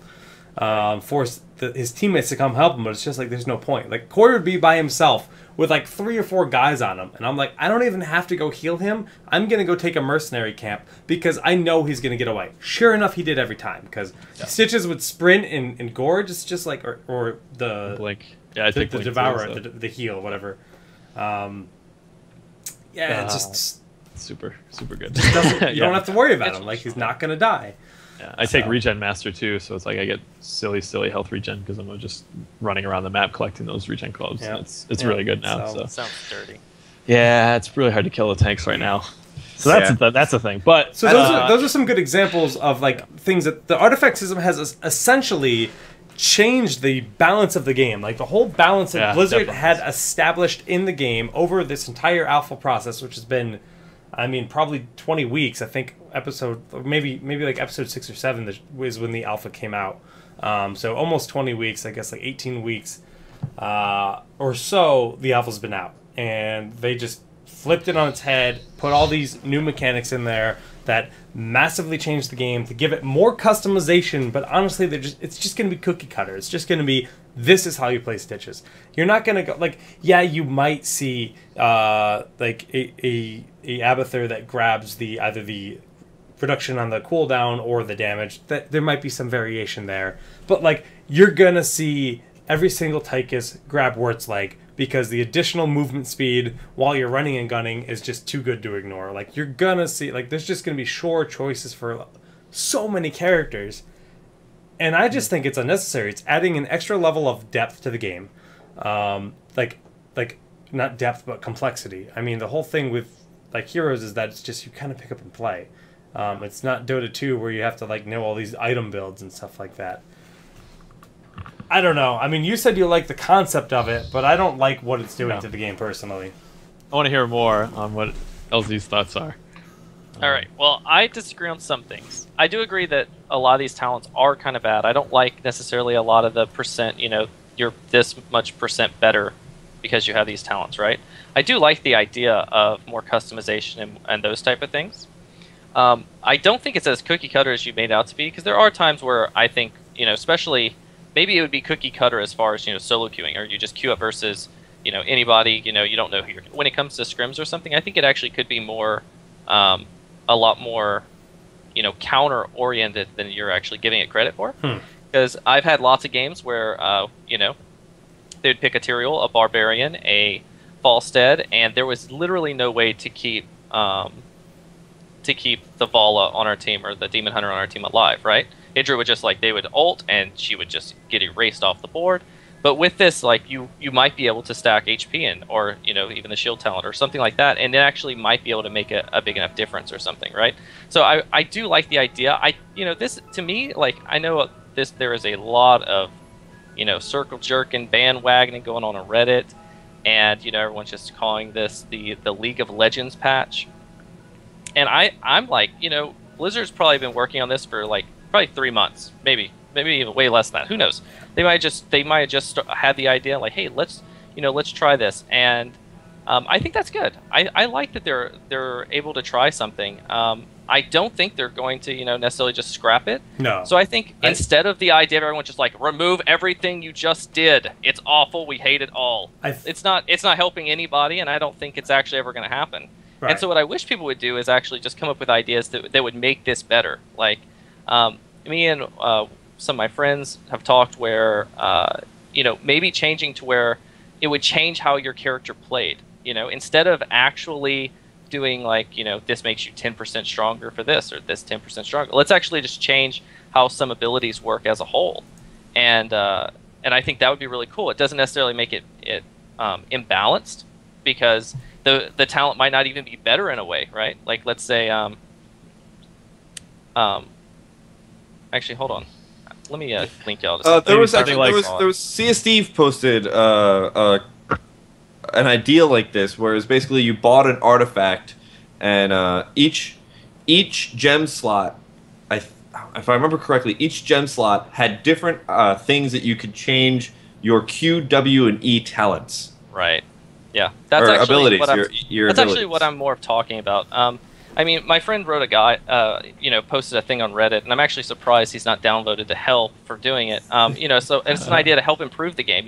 Help Blizzard have an idea of how to, make something that not only can help them, because I'm sure they want people to spend money on this game. It's a free-to-play game. It's a normal thing, right?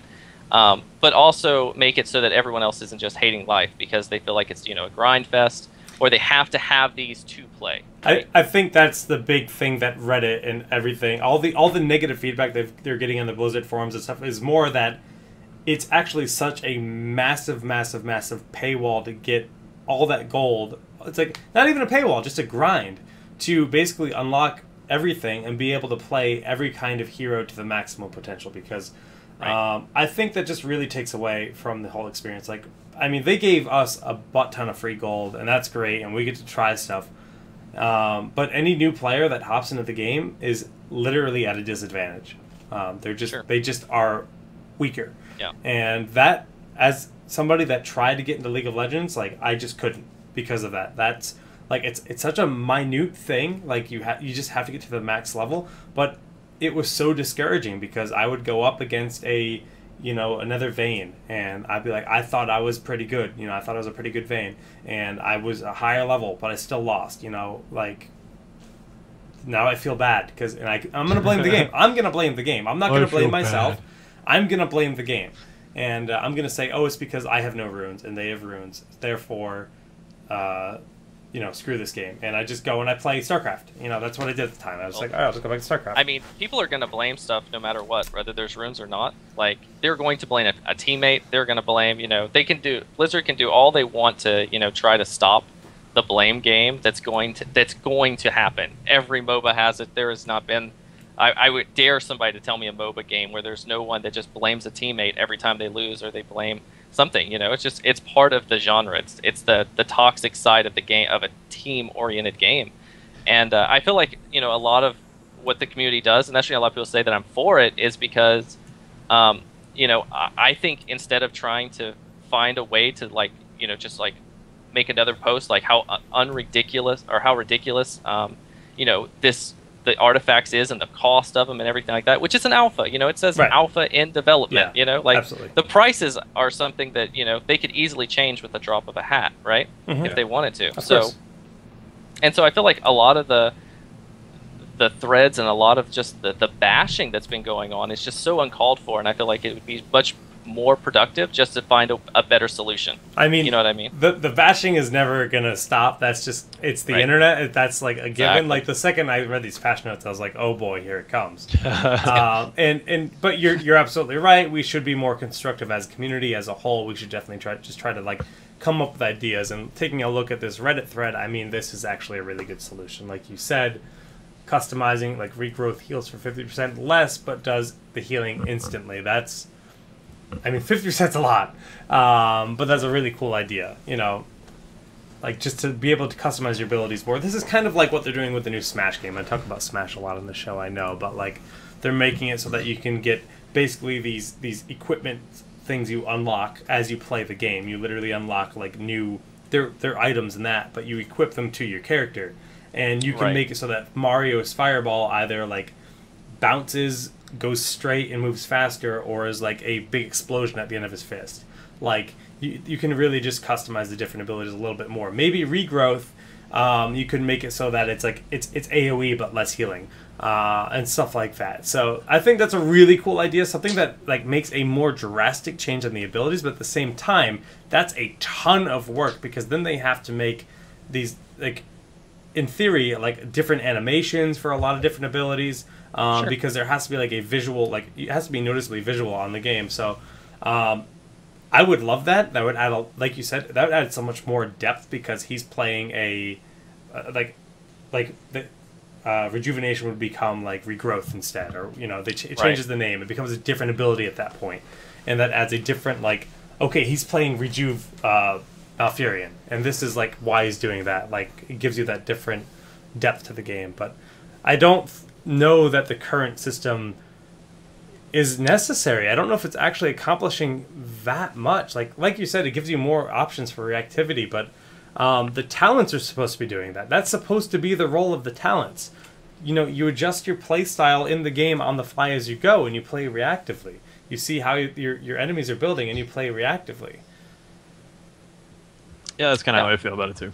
Yeah, I mean, that's obviously, you know, an ideal world, but like, how many of the talents are just absolutely like not ever picked? You know, like how many? They're aware of that, and they need to fix that. But why not just focus on refining the talent system, then put this other thing that they admitted is there to be a gold sink?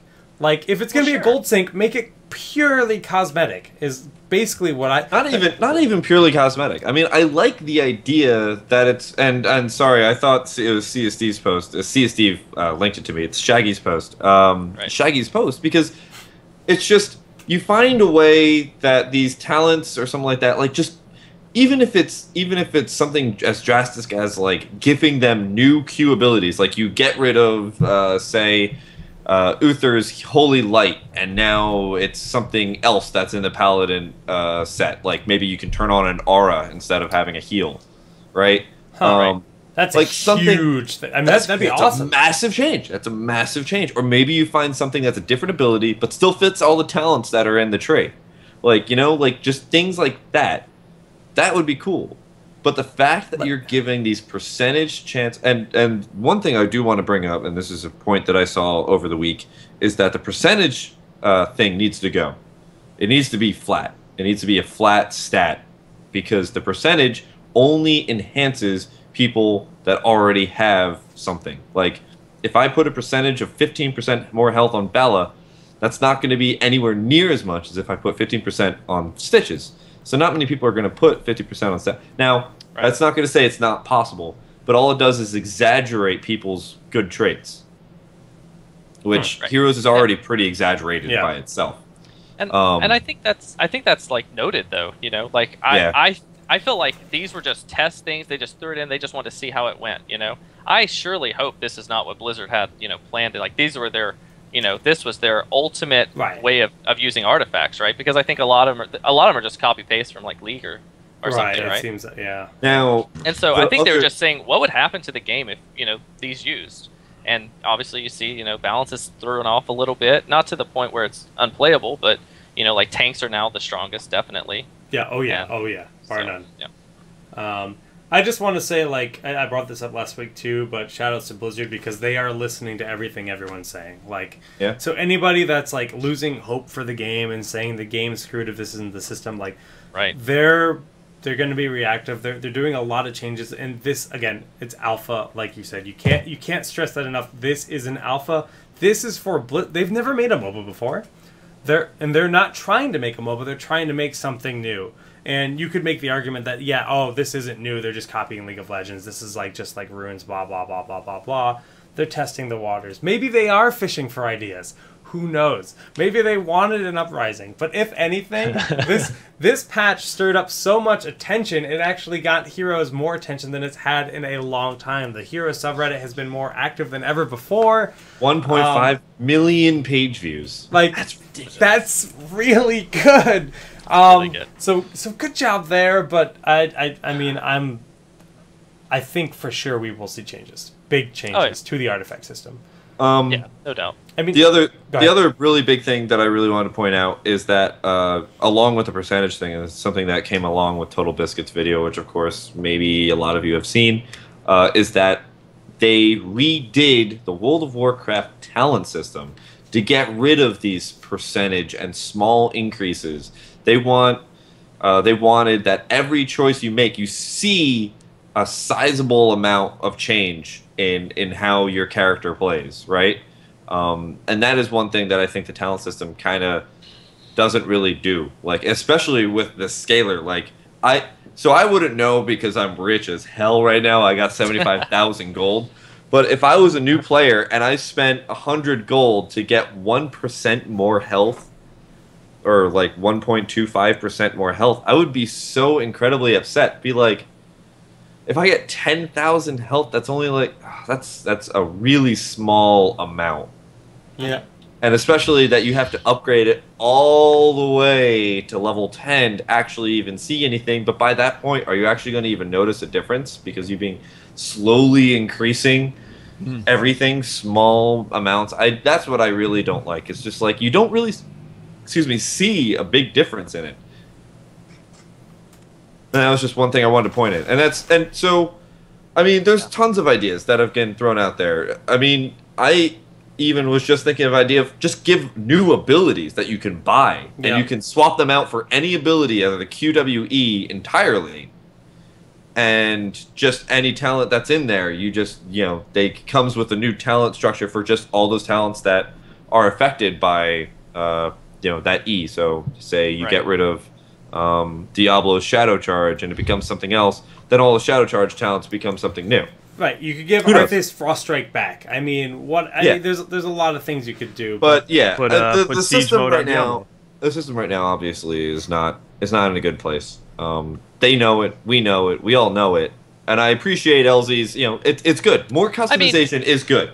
Yeah, I mean, I don't know, like, who knows how it'll actually end up. I didn't hate it before Artifacts came out. I still love the game either way, right? So it wasn't a big deal either way. Kitty. To me. So yeah, I mean, it'll just take time to see where it actually goes or what Blizzard actually has in store. I think they could do a total 180 with this, and and get Artifacts maybe even to a place that people actually love them.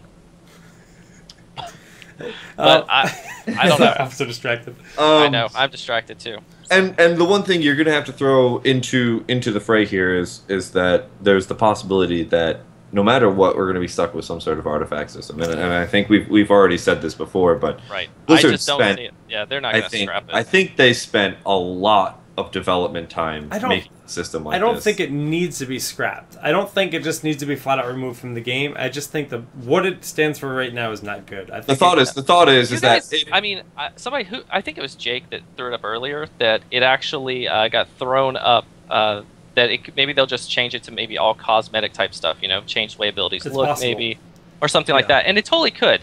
I know for me myself, because I'm a huge like Blizzard lore person.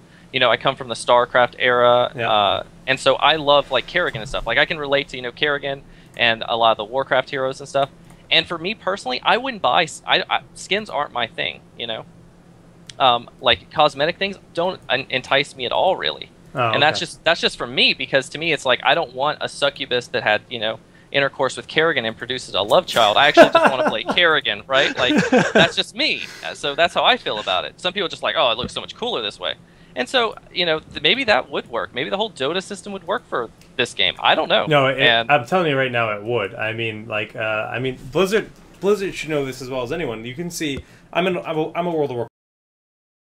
Shout out to all the different names, like Alistair's a Scale and stuff, like Brilliant Topaz. Like, those are all, like, a lot of this stuff just comes from the Blizzard universe, like these name items. Absolutely.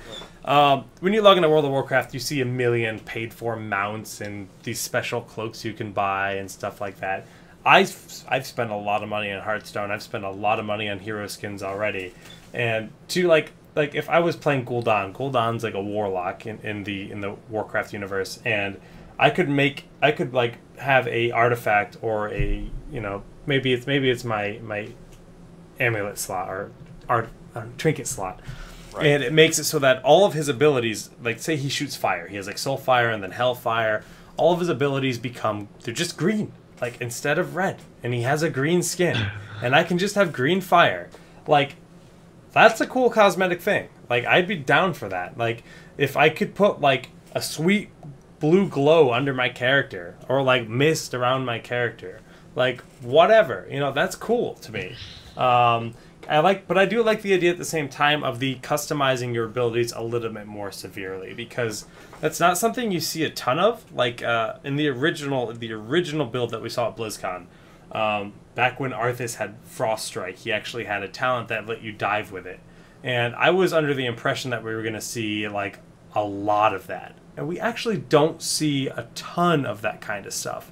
Like, right. Yeah, there's graduating range, but that's like, that doesn't change the way your siege mode works.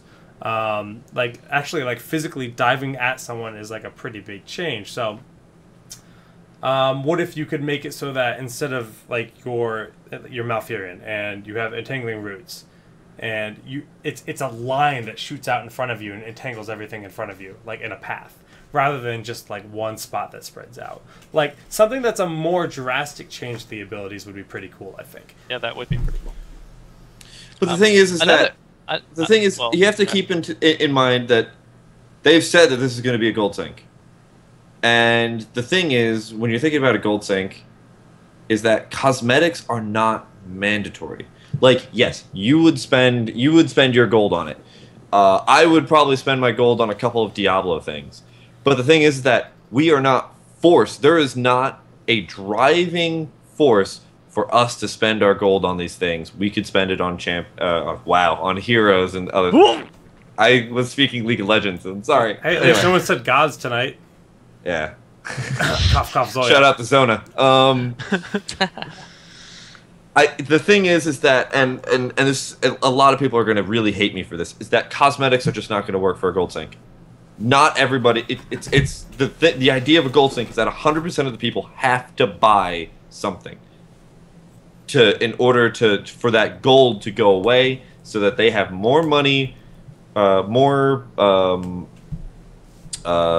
Here's a wild idea. Wild idea. What if they had booster packs, and booster packs gave you random things, so you never knew what you were getting? That puts in the gambling factor, which people love. People love that kind of thing. Now, look at the compendium. Another kitty. We got a kitty on Kubi's cam. You know, the compendium, like, I think you got like a chest with random items in it for Dota 2. What if it was like that? You buy that, you can't buy specific things, and then you're getting random stuff. Then you have a system in place for the player that likes random things. Now, LZ might be that rare guy that just has a ton of gold because he doesn't care about cosmetic things. He doesn't care. You have this random thing, and you get this really, really sick sword, and now you're like, crap, I have to play Arthas because I have this sword. You know, I don't know if they're ever going to give equipment slots like that. I mean, we already have these artifact slots, so maybe it wouldn't be that hard to do. Because that's how Dota works. Dota, you have all these specific equipment slots for your characters. But, like, you're then creating a system that creates a reason to try new heroes, which is something that is currently discouraged with the whole new system, the whole new progression system, which we'll talk about in a moment. But what do you guys think about an idea like that? It could work. I mean, there's a lot of other ways to put gold sinks into. Like we talked about the gambling thing, like where it's like you bet on the match and then Blizzard takes a big chunk. That'd be so good. Yeah, LZ would use his money on that. Again, wait, if they're looking for, if they're bet looking on the for matches these, to do what? Yeah, you could bet on the match, like, and then each team bets like 2,000 gold, and the winning team makes the 2,000 bonus. And then Blizzard pulls a big chunk of that out if you want to bet on it. I mean, like, so that it's still an incentive to win, but like they pull money out to get money that way. Yeah, so I don't know, that could work. There's a lot of ways to do gold. I don't know if they're really gonna go for the gambling format. I mean, we'll see. I mean, you kind of gamble already when you're putting money towards a Hearthstone bundle, right? If you're putting 100 gold or even your real money into unlocking a pack, it's kind of a gamble, isn't it? I mean, not really. Aren't you guaranteed to get those packs? Like, yeah, you're guaranteed to get the packs. Yeah, you're not guaranteed to get any cards, like any really good cards or cards that you don't already have. Yeah, that's true. I mean, so it's difficult. It's so apparent that they want something that's mandatory, that people have to spend their gold on, and Who knows? I mean, hopefully we can come up with a whole bunch of small little things, and the artifact system can become just a figment of our imagination as fans. But like, I really wish that they would actually like a lot of the neutral like crappy spells. They're like really good, and I'm sure Sham knows what I'm about to say. Like Mule, for example, would actually, instead of being like hero specific, I just wish like abilities like that would actually go into that. You know, like go into maybe like as a rune or something, because you know then it's like it's great, but it's not game breaking. You know what I mean? Like that is really cool. Because it really sucks. Like even thinking like Abathur, instead of actually making my hero better, I actually have to take this spell to. I love that idea. How does Abathur even get a mule? First like the drone mule, other things like that, other all like those generic talents. More generic talents, and you just have to buy them with runes. They can't be stats. But I hate the stat ones where it's just like. Well, we're not talking about stats. We're I talking know, about but like there's so many generic talents that are like. Just Sure. like stats, but they could do stuff like shield ally. They could do stuff like That's kind of what Shaggy's post has, though. Neil, In the trinket slot, he has basically covering all of those sort of universal talents. I think that's but like, it's certainly an idea. Yeah. I think it's like a really good idea because then they might be able to make like just focus on the talent system to make that hero specifically better instead of look for these universal spells. And even if there's like a gold wall behind that's not as game breaking as 40% more mana. Like, oh, you don't have Mule versus, oh, you don't have 40% more mana. Like, that's right. There's a big difference there. Like, oh, that sucks. And when you get Mule, you feel good, and it's like a one-time thing you have that works on a lot of different heroes. I feel like no matter what, the gold wall needs to be a little bit smaller. But those are numbers that can change very quickly. Absolutely. But I think that might be my favorite solution so far that I've heard, honestly. Well, we'll see. It all just it's all about Blizzard the progression too. Yeah. They just it's one of the biggest things about a lot of MOBAs lately, and I know a lot of people will yell at me also that Dota 2 doesn't really have this kind of stuff. Well, Dota 2 is a bit different in what they're trying to achieve. Blizzard want people to keep playing the game, so they keep progressing through things. And the more that they play, the more heroes that I almost said it again. More heroes that get unlocked, the more likely they're going to spend real money in these types of things. It's pretty much to elongate your gameplay. These are just like things that I've basically noticed through the development process of a lot of the MOBAs that I've played so far. And not only that, but like things like World of Warcraft, things that just take up your time so that you play longer, so that monthly subscription goes on for the next month. You got prescribed with Maybe I'm crazy, but no, I mean, I think you're right. I think you're right, honestly. Well, yeah, the solution is more talent gating, says Nick Hotz. On that note, I think we can wrap up on that. We've talked about that. We talked about that a lot last week. Talked about it a lot tonight. Is there anyone here? So if you guys do not know, basically there's a new progression system in place where you have an account level that goes up to level 40. And you also have individual hero levels. Now they revamped the UI. It looks really nice. You'll see my scrubby account right here, and basically you can see your experience bar with the hero. I've only played Rehgar since the patch, and you can see how far along you are with various heroes. Basically, the big problem with this is each hero you need to hit level 4. Before you have all the talent. So it's a big pain in the butt, because if you're playing a new hero, you're worthless. You don't have your second heroic. You only have 2 talents to choose from in each tier, if that, right? It's 2, right? Yeah. You have to have at least one option. Otherwise, what's the point of talents? And it's just like a grind. I think last night it was like 5 games before I had all the talents, maybe 6. I got them all last night. I know that much. It was probably more games than 6, honestly. But still, like if you're just trying to learn a new hero and you look up a build online, you can't do it. Like you can't do it. No way. You just have to suffer. Like I guess there's the concept of like learning the hero and then unlocking more as you go and trying new things, but that's not fun. Yeah, I don't think anybody likes that system. Like, I haven't heard of any one person that's like, man, that talent gating, man, that has saved me so much headache. Like, I love that system. Like, I just think it's kind of pointless, Like, MOBAs in general kind of play like, you know, so many characters play so similar to so many other characters, you know, and so I don't feel like you need that like 6 games to help somebody out or something, you know. It's not even, it's more than 6 games too, because I played 6 games and it took me longer than that to unlock. Well, maybe I just got so much XP in my 6 games that maybe your games lasted 30 minutes long. You must have been playing the garden map or something. Yeah, but yeah, I hate that system. You know, I have a lot of friends that are like, you know, they don't have a lot of heroes leveled high at all. You know, and so they complain about it quite a bit every time. They're like, well, I would have took, you know, what is it called? Like Stitches' Eat ability or ultimate. You know, but he was like, but I have to unlock it first. Gorge, yeah. I was gonna say Devour, but that was wrong. And like, just like you said, this pushes back the casuals even more. You want your game to be as accessible as possible, and then you're putting this big barrier. No, you have to grind before you can do this.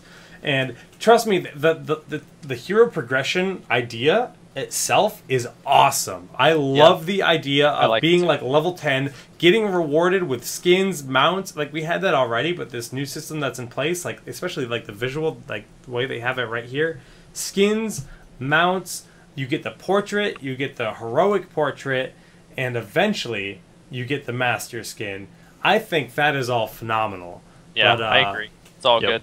I love the individual levels for them. I just don't like the talent gating. Your webcam is shooting to the sky right now. I'm blaming my cat because she's literally so walking on my keyboard. Would you guys put up with it if it was like 2 games and you got those first 4 levels like super fast? Yeah, like two games. But like, so there's got to be a point. But then what's the point of having it? What's the point though? That's the thing. Like, I mean, that's a good point. What does it gain you? There's like no training the player. It's not like World of Warcraft where you're like learning this build rotation and stuff. This is literally just restricting you. Like in World of Warcraft, as you level up, you gain new abilities, and eventually, like it actually helps because I did my auto level 90 that they gave us on a class I've never played, and I'm just like, whoa, I've got a ton of abilities and I don't know how to play this, you know. So that makes sense to like have to do the grind. But with this, like, you legit have 4 options and it just makes a minor change to your ability. It's not like there's not like this huge learning curve to play the game. It's pretty simple. So and the games are only there for like 20 minutes, so if you mess up your build, then you just like, you know, it's like when I first played Muradin, because we're going to do a Muradin deep dive the next week. I literally got into a game, it said Skullcracker, I clicked it, I, you know, hit somebody 3 times. We already did Muradin. He's giving the example of... Yeah, I'm giving an example. Okay. I hit somebody 3 times, then I hit him a 4th time, they're like, and then they kept running, and I was like, alright, next game I'm not going to take that, and that was it. That was my learning curve for Muradin.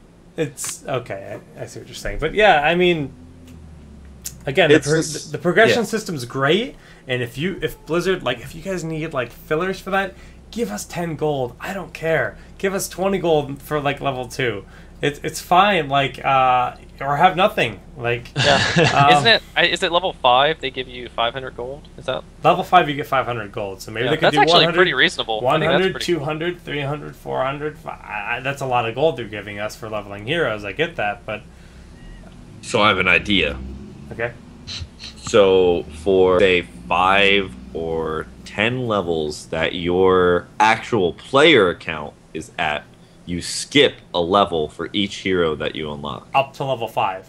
Up to level 5. No, not even up to level 5. Up to level 4, right? So you could do it maybe every 10. Because that way, at level 5, you get you do the couple of levels, and then all of a sudden, you get your 500 gold, and you can continue on.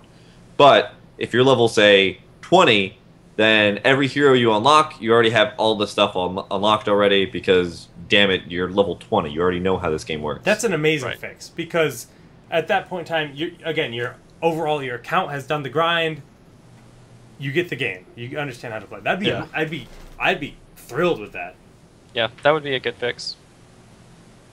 Especially for that way, like if you're before level 20 or something like that, then you can just spend a lot of time on one hero, really learn that hero or something like that. I don't know. No, that works fine. I think that's a really good solution. I like it. Well done. Shim2 nails it. Yeah. Yeah, seriously, man. That's probably the best input you've ever given on this show. Out of the park. Oh wow. No, he said Mule was good. He was right on. Oh wow. He nailed it. He's 2 for 2 for the night. That's why I brought LZ on, because he agrees with me on Mule. Yep. Okay. Well, I think everyone agrees that this system is essentially just kind of a drag. Like, there's no fun factor. It pushes away new players. And I'd be okay with a fix like that, where the account leveling does just kind of counteract it. Says, okay, no, you're level 20. All your characters start at level 3. Or as CSD puts it, just put it back to the way it was, which was level 8. You get everything. You know what? They just got to find something to put in those slots, and there's got to be a better solution. But the talent gating, there's no fun. There's no fun to it. It's just, ugh. Yeah. Bad. When I booted up Rehgar last night, I forgot that was a thing. And I was just like so pumped that like I had already read all the talents on the plane flying home from San Diego. I like knew the build I wanted to play, and then it's like, all right, well, I guess I'll grind till 2 a.m. until I have all the talents. Then I can actually try my build. And I was very tired at work because of it. And the new player that like wants to try something can't do that. But I'm just repeating myself over and over. I'm beating a dead horse right now. So yeah, it needs work. All these systems need work. Yeah. A lot of work. Any final thoughts on it? No. It's just a work in progress. Like, hopefully they just come up with something. I mean, no one likes it. This doesn't help anything, you know. I know they said unlocking stuff is fun, but, you know, there's a line to be drawn at some point, right? To where unlocking stuff is fun. So, Yep. Yeah, this was definitely past that line. So, but they know. I'm sure they, you know, I'm sure the 45,000 threads and comments let them know that it's hated among everyone. So, I expect a fix in the next patch for sure. Well, do we want to do a Gooby's question? We're nearing that 2-hour mark. Well, we've got a couple of questions on Reddit. Dead segment. Dead segment. Gooby, I'm sorry. It's just I do like having our fans. Look at that. No, it still more exists. It still exists. Oh god. Gooby's back in the day. There will be a week. There will be a slower week. We'll get right beforehand, because we haven't done that segment in so long. We should have like a ragtime, like kind of like lead in. The whole entire show goes like black and white with like the ripped kind of like film kind of thing going on. Can we just go back to the episode 1? Back in 1920, that we had? Gooby's question. Oh god, the episode 1 layout. The very first overlay that we had. So I'm gonna pull this up just for anyone that hasn't seen our first episode. Jared or Zoya produced our first episode, and he had somebody he knew make our graphics. And I stepped up, and I was just like, no, this isn't happening, and I produced it from then on out. But this is what our show initially looked like. It is good times. we were called Town Hall Alliance. I don't know why it's flickering black like that either. That's weird. It's called Town Hall Alliance, and then we switched to Town Hall. Now we're Town Hall Heroes. But yeah, we're in Stormwind for some reason. Good times. Anyway, let's get along with the questions that people have asked. Sounds good. The first question is from Steve, and it's at me, and it says, Diablo is broken good right now. What would you do to tone him down, directly nerf artifacts? That's a loaded question. Diablo's not broken right now. He's in a good spot. Everybody else needs to get Perfectly balanced. Perfectly balanced. The most balanced hero ever. The best Diablo players all came out of the closet this week, and they are just wrecking nerds. So anyway, his other question. Actually, no. We'll just guys, quick answers for these then. At Jake, how do you like new Brightwing changes and artifacts? Good, bad? I mean, answer that one for him. Is broken. Okay, good. Yeah, go ahead, Jake. Okay, I actually think that it's actually pretty good in the current way. I think that was actually the best way they could have nerfed him. I think that made him more balanced, and so I'm actually really pleased. I still think Brightwing's going to be incredibly strong and really good, especially with certain heroes like that have a lot of mobility, like Falstad, for example. So I'm very pleased with the way they changed him, and I think he's still going to be in a really good spot for like competitive play too. Cool. OBM, Sonya, booty butt cheeks, or straight god tier? God tier. God tier. Oh, God ability damage. The ability damage rune is just like slap, slap. Oh, you're dead. It's ridiculous right now. It's so good. Better than she was before, but she was still good before. But she's ridiculous right now.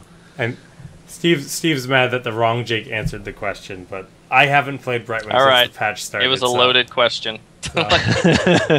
All of these are loaded questions. That's how C Steve works. And then at LZ, if you had to change one thing about artifacts, what would it be? And it can't just be to change the percentages or scaling. I would change them to where it, instead of like any type of number, it was actually just like abilities changes. I would actually change the abilities more so than anything. I think that would be like the coolest fix. Shaggy's post. Yeah, I kind of like that. I mean, we talked about that for like a whole week of ways to do it and stuff, and I think that would be like the coolest thing, because there's so many times I'd like to play, you know, like everyone's played like WoW and played like a Boomkin before or something, right? Like they know what I'm at least referring to, and it would be cool to have Malfurion play something like a DD if it was possible, you know. Of course, that brings, you know, a lot more to the table, like balance-wise, and like you said, a lot more visuals and that type of stuff. But if it was a way to be done, I think that would be like one of the coolest methods. He has Moonfire right now. Instead of Moonfire, he had Starfire. Is that the upgraded talent, right? I don't know. The upgraded ability. That was the Moonkin one or whatever. I think it was, but yeah, I played. Okay. Yeah, I got like a character maxed in WoW and then quit, so I don't know. Sorry, there was another really good one that I saw, but I can't actually remember who it was.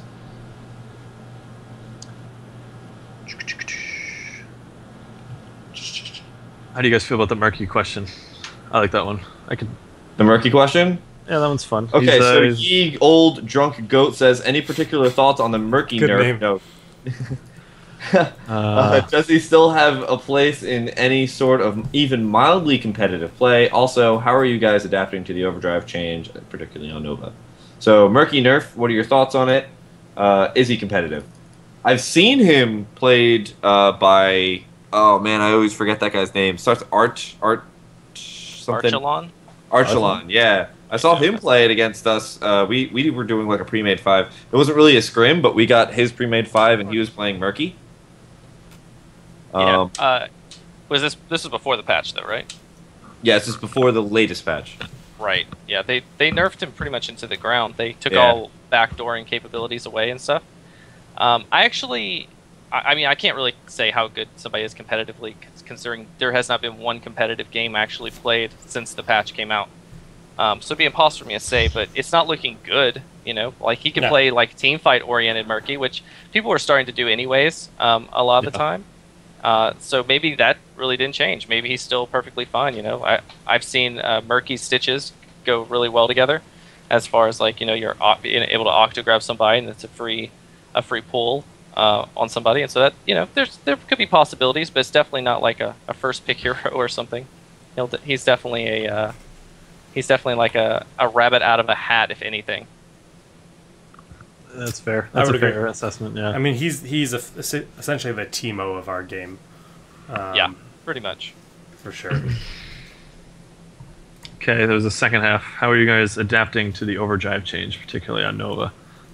So I talked about this a good bit with Steve, and it seems kind of like, yeah, now you have to take rewinds. So you're kind of doing this weird, like, double snipe, double pinning shot kind of thing. It still works, but it's definitely not the same, obviously. But so her, you know, single hitting burst is not quite as good. But I'd have to play her a little bit more to give a solid answer on that. But the rewind definitely seems to be the pick. Okay. Did you find that question? Yeah. Tonekin Far CT, I'm going to assume is what that's supposed to be, asked an Abathur question from someone who never plays Abathur. I don't see many Abathurs, so when I do, I assume it's a good Abathur player. That's an interesting assumption. Yeah. What are some basic strats to counter a good Abathur? Well, Zeratul's really good. No matter where Abathur is, he could technically just like go behind the gate, you know, hit him with the Q and the W, and then like attack him one time, blink over, and actually kill Abathur. So that's one way of doing it. There's no real real counter to him. I mean, you know, it's always important to try to find out where his locust is coming from, because that tells you what lane he's going to be in, and so that's a pretty easy tell. Another thing is like when Abathurs do go into lane, if you see a locust come from like a bush or a weird angle, then that means that Abathur is going to be there like 99% of the time, right? And so those are just like good tells that you can do to help pick off an Abathur that might try to go into lane or get more aggressive. So, yeah. Okay. Yeah, I always use the looking for locust thing. Is like if you see like a brand fresh new locust, you just gotta he's around here somewhere. Yeah, he's I right went here. hunting. Yep. Gotta kill the noodle, right? Gotta kill the noodle. The noodle. Smack As that we've noodle. learned about today. Okay, those are the only questions that really stood out. Sorry if I didn't get to your questions, guys, but of course, always post them in the Reddit thread. I normally post it 3 hours before the show goes live, or you can tweet at Town Hall Heroes while the show is live or before the show is live, and we'll try and catch the good questions that we see. It's kind of like Blizz Q&As kind of stuff, except we don't go for the ones that just kind of we think are easy questions. Yeah. Oh god, yeah. The call out on this Blizz last Q&As. QA was pretty good. Or developer insight. This was a very good developer insight, the one we had last week. Developer insight, right? Yeah, it's no longer a QA. QA is a bad name. Phone lines with Blizzard. But someone just posted this thread. It's a lot of screen caps from BlizzCon footage. A lot of people have not seen this. It's the reason I'm going to bring it up, as you can just see some of the heroes that we will see in the game because we've seen them in the footage. We've got Asmodon right here. He is a big ass demon. You can see this weird blood elf skin. These are all like skin variants we might never see. Well, this one's gone. This is the horde one. They took that one out. Took it away from us. Took it away. You got Cho'Gall here. He's an ogre mage with Rexar. You see he has the 2 axes there. Nobody using your call down. This one's not really that interesting. Oh, this is a female version of Nazeebo. That's kind of neat. A female, and she's like standing upright. And yeah, that's actually kind of cool. Tassadar looks a lot bulkier. You can see Jaina right there, and then Jaina's here again. Jaina's a mage. I'm sure you guys have played Hearthstone. This it looks like skin, they straight ripped the Warcraft 3 model. Look, she's got like the red glow beneath her. They did, I think. Yeah, I think they did. Yeah. Yeah. This is actually a skin that is not in the game yet. It's pretty cool though. And you can see Rexar once again. Not Rehgar, Rexar, different orc. So yeah, that's kind of cool.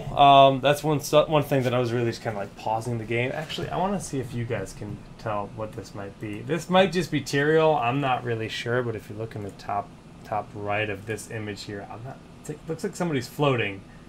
I think it's Tyrael. Only character that floats, but because if you look down, because you can see the red wings popping out of the back right.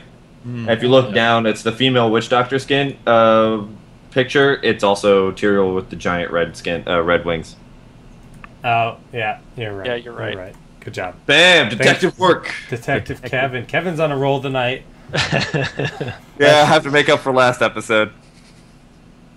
Male barbarian on the left. I didn't even think that stood out to me because I've known him with that for so long. But you're right. That was right in my face. Male barb. Right here. That ain't Falco. Yep. That ain't Falco. That ain't Falco. That ain't Falco. Anyway. I think that does it for Town Hall episode 24. A good 2-hour show, right on the mark, pretty much. Again, like, the whole community is just kind of dealing with the whole gating system that we have right now. I think Blizzard is listening, but again, guys, just make your feedback a little bit more constructive rather than just raging. I think that's probably the one thing that we would like to get the point across with. Even though we did rage a little bit last week, that was probably our most negative show we've ever done. But on that note, let's just transition over to shoutouts. LZ, you're our guest. Where can people find you? All right, people can find me at Twitter at LzGamer. They can follow me on Twitch, which is twitch.tv/LzGamerTV. And shout out to my new kitten, who is the best part of the week. Yay! All right, that's it. All to you guys. Thanks for having. Yep. Snowflake hype. And thanks guys for having me on the show. And no, thank you for coming on. for the Not a problem. divine Abathur knowledge. Yes. Oh, yeah. Abathurs around the world are now so much better at the game. Self-proclaimed Abathur master. All right, Coops. You can follow me. Hold on. Oh. We're... Wait, Oh. sorry. No, continue. Sorry. Okay. You can follow me at Omega Black Mage, and I say keep raging. Tell Blizzard what you do and don't want to see in the game because it is alpha and they can make changes. And if you guys don't like it, let them know. Let them know. So I say keep raging. Dude, I think Raging. something just happened to stream. And I don't know what happened. Streams down? Yeah, we're on Soldier's stream now. Somebody that's the- just rehosted to Soldier. I think Zoya did it because he thought the show was over. Yeah. Rip. Have y'all never seen the new hosting thing they have? Yeah, the new hosting thing. Yeah. So what just happened is so Zoya sent everyone over to Soldier stream. Rip, guys. Oh my god. Anyway, cool. So I guess we're done Yeah. here.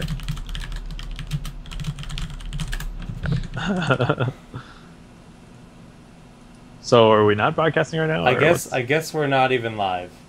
Yeah, I don't think so. Well, Okay then.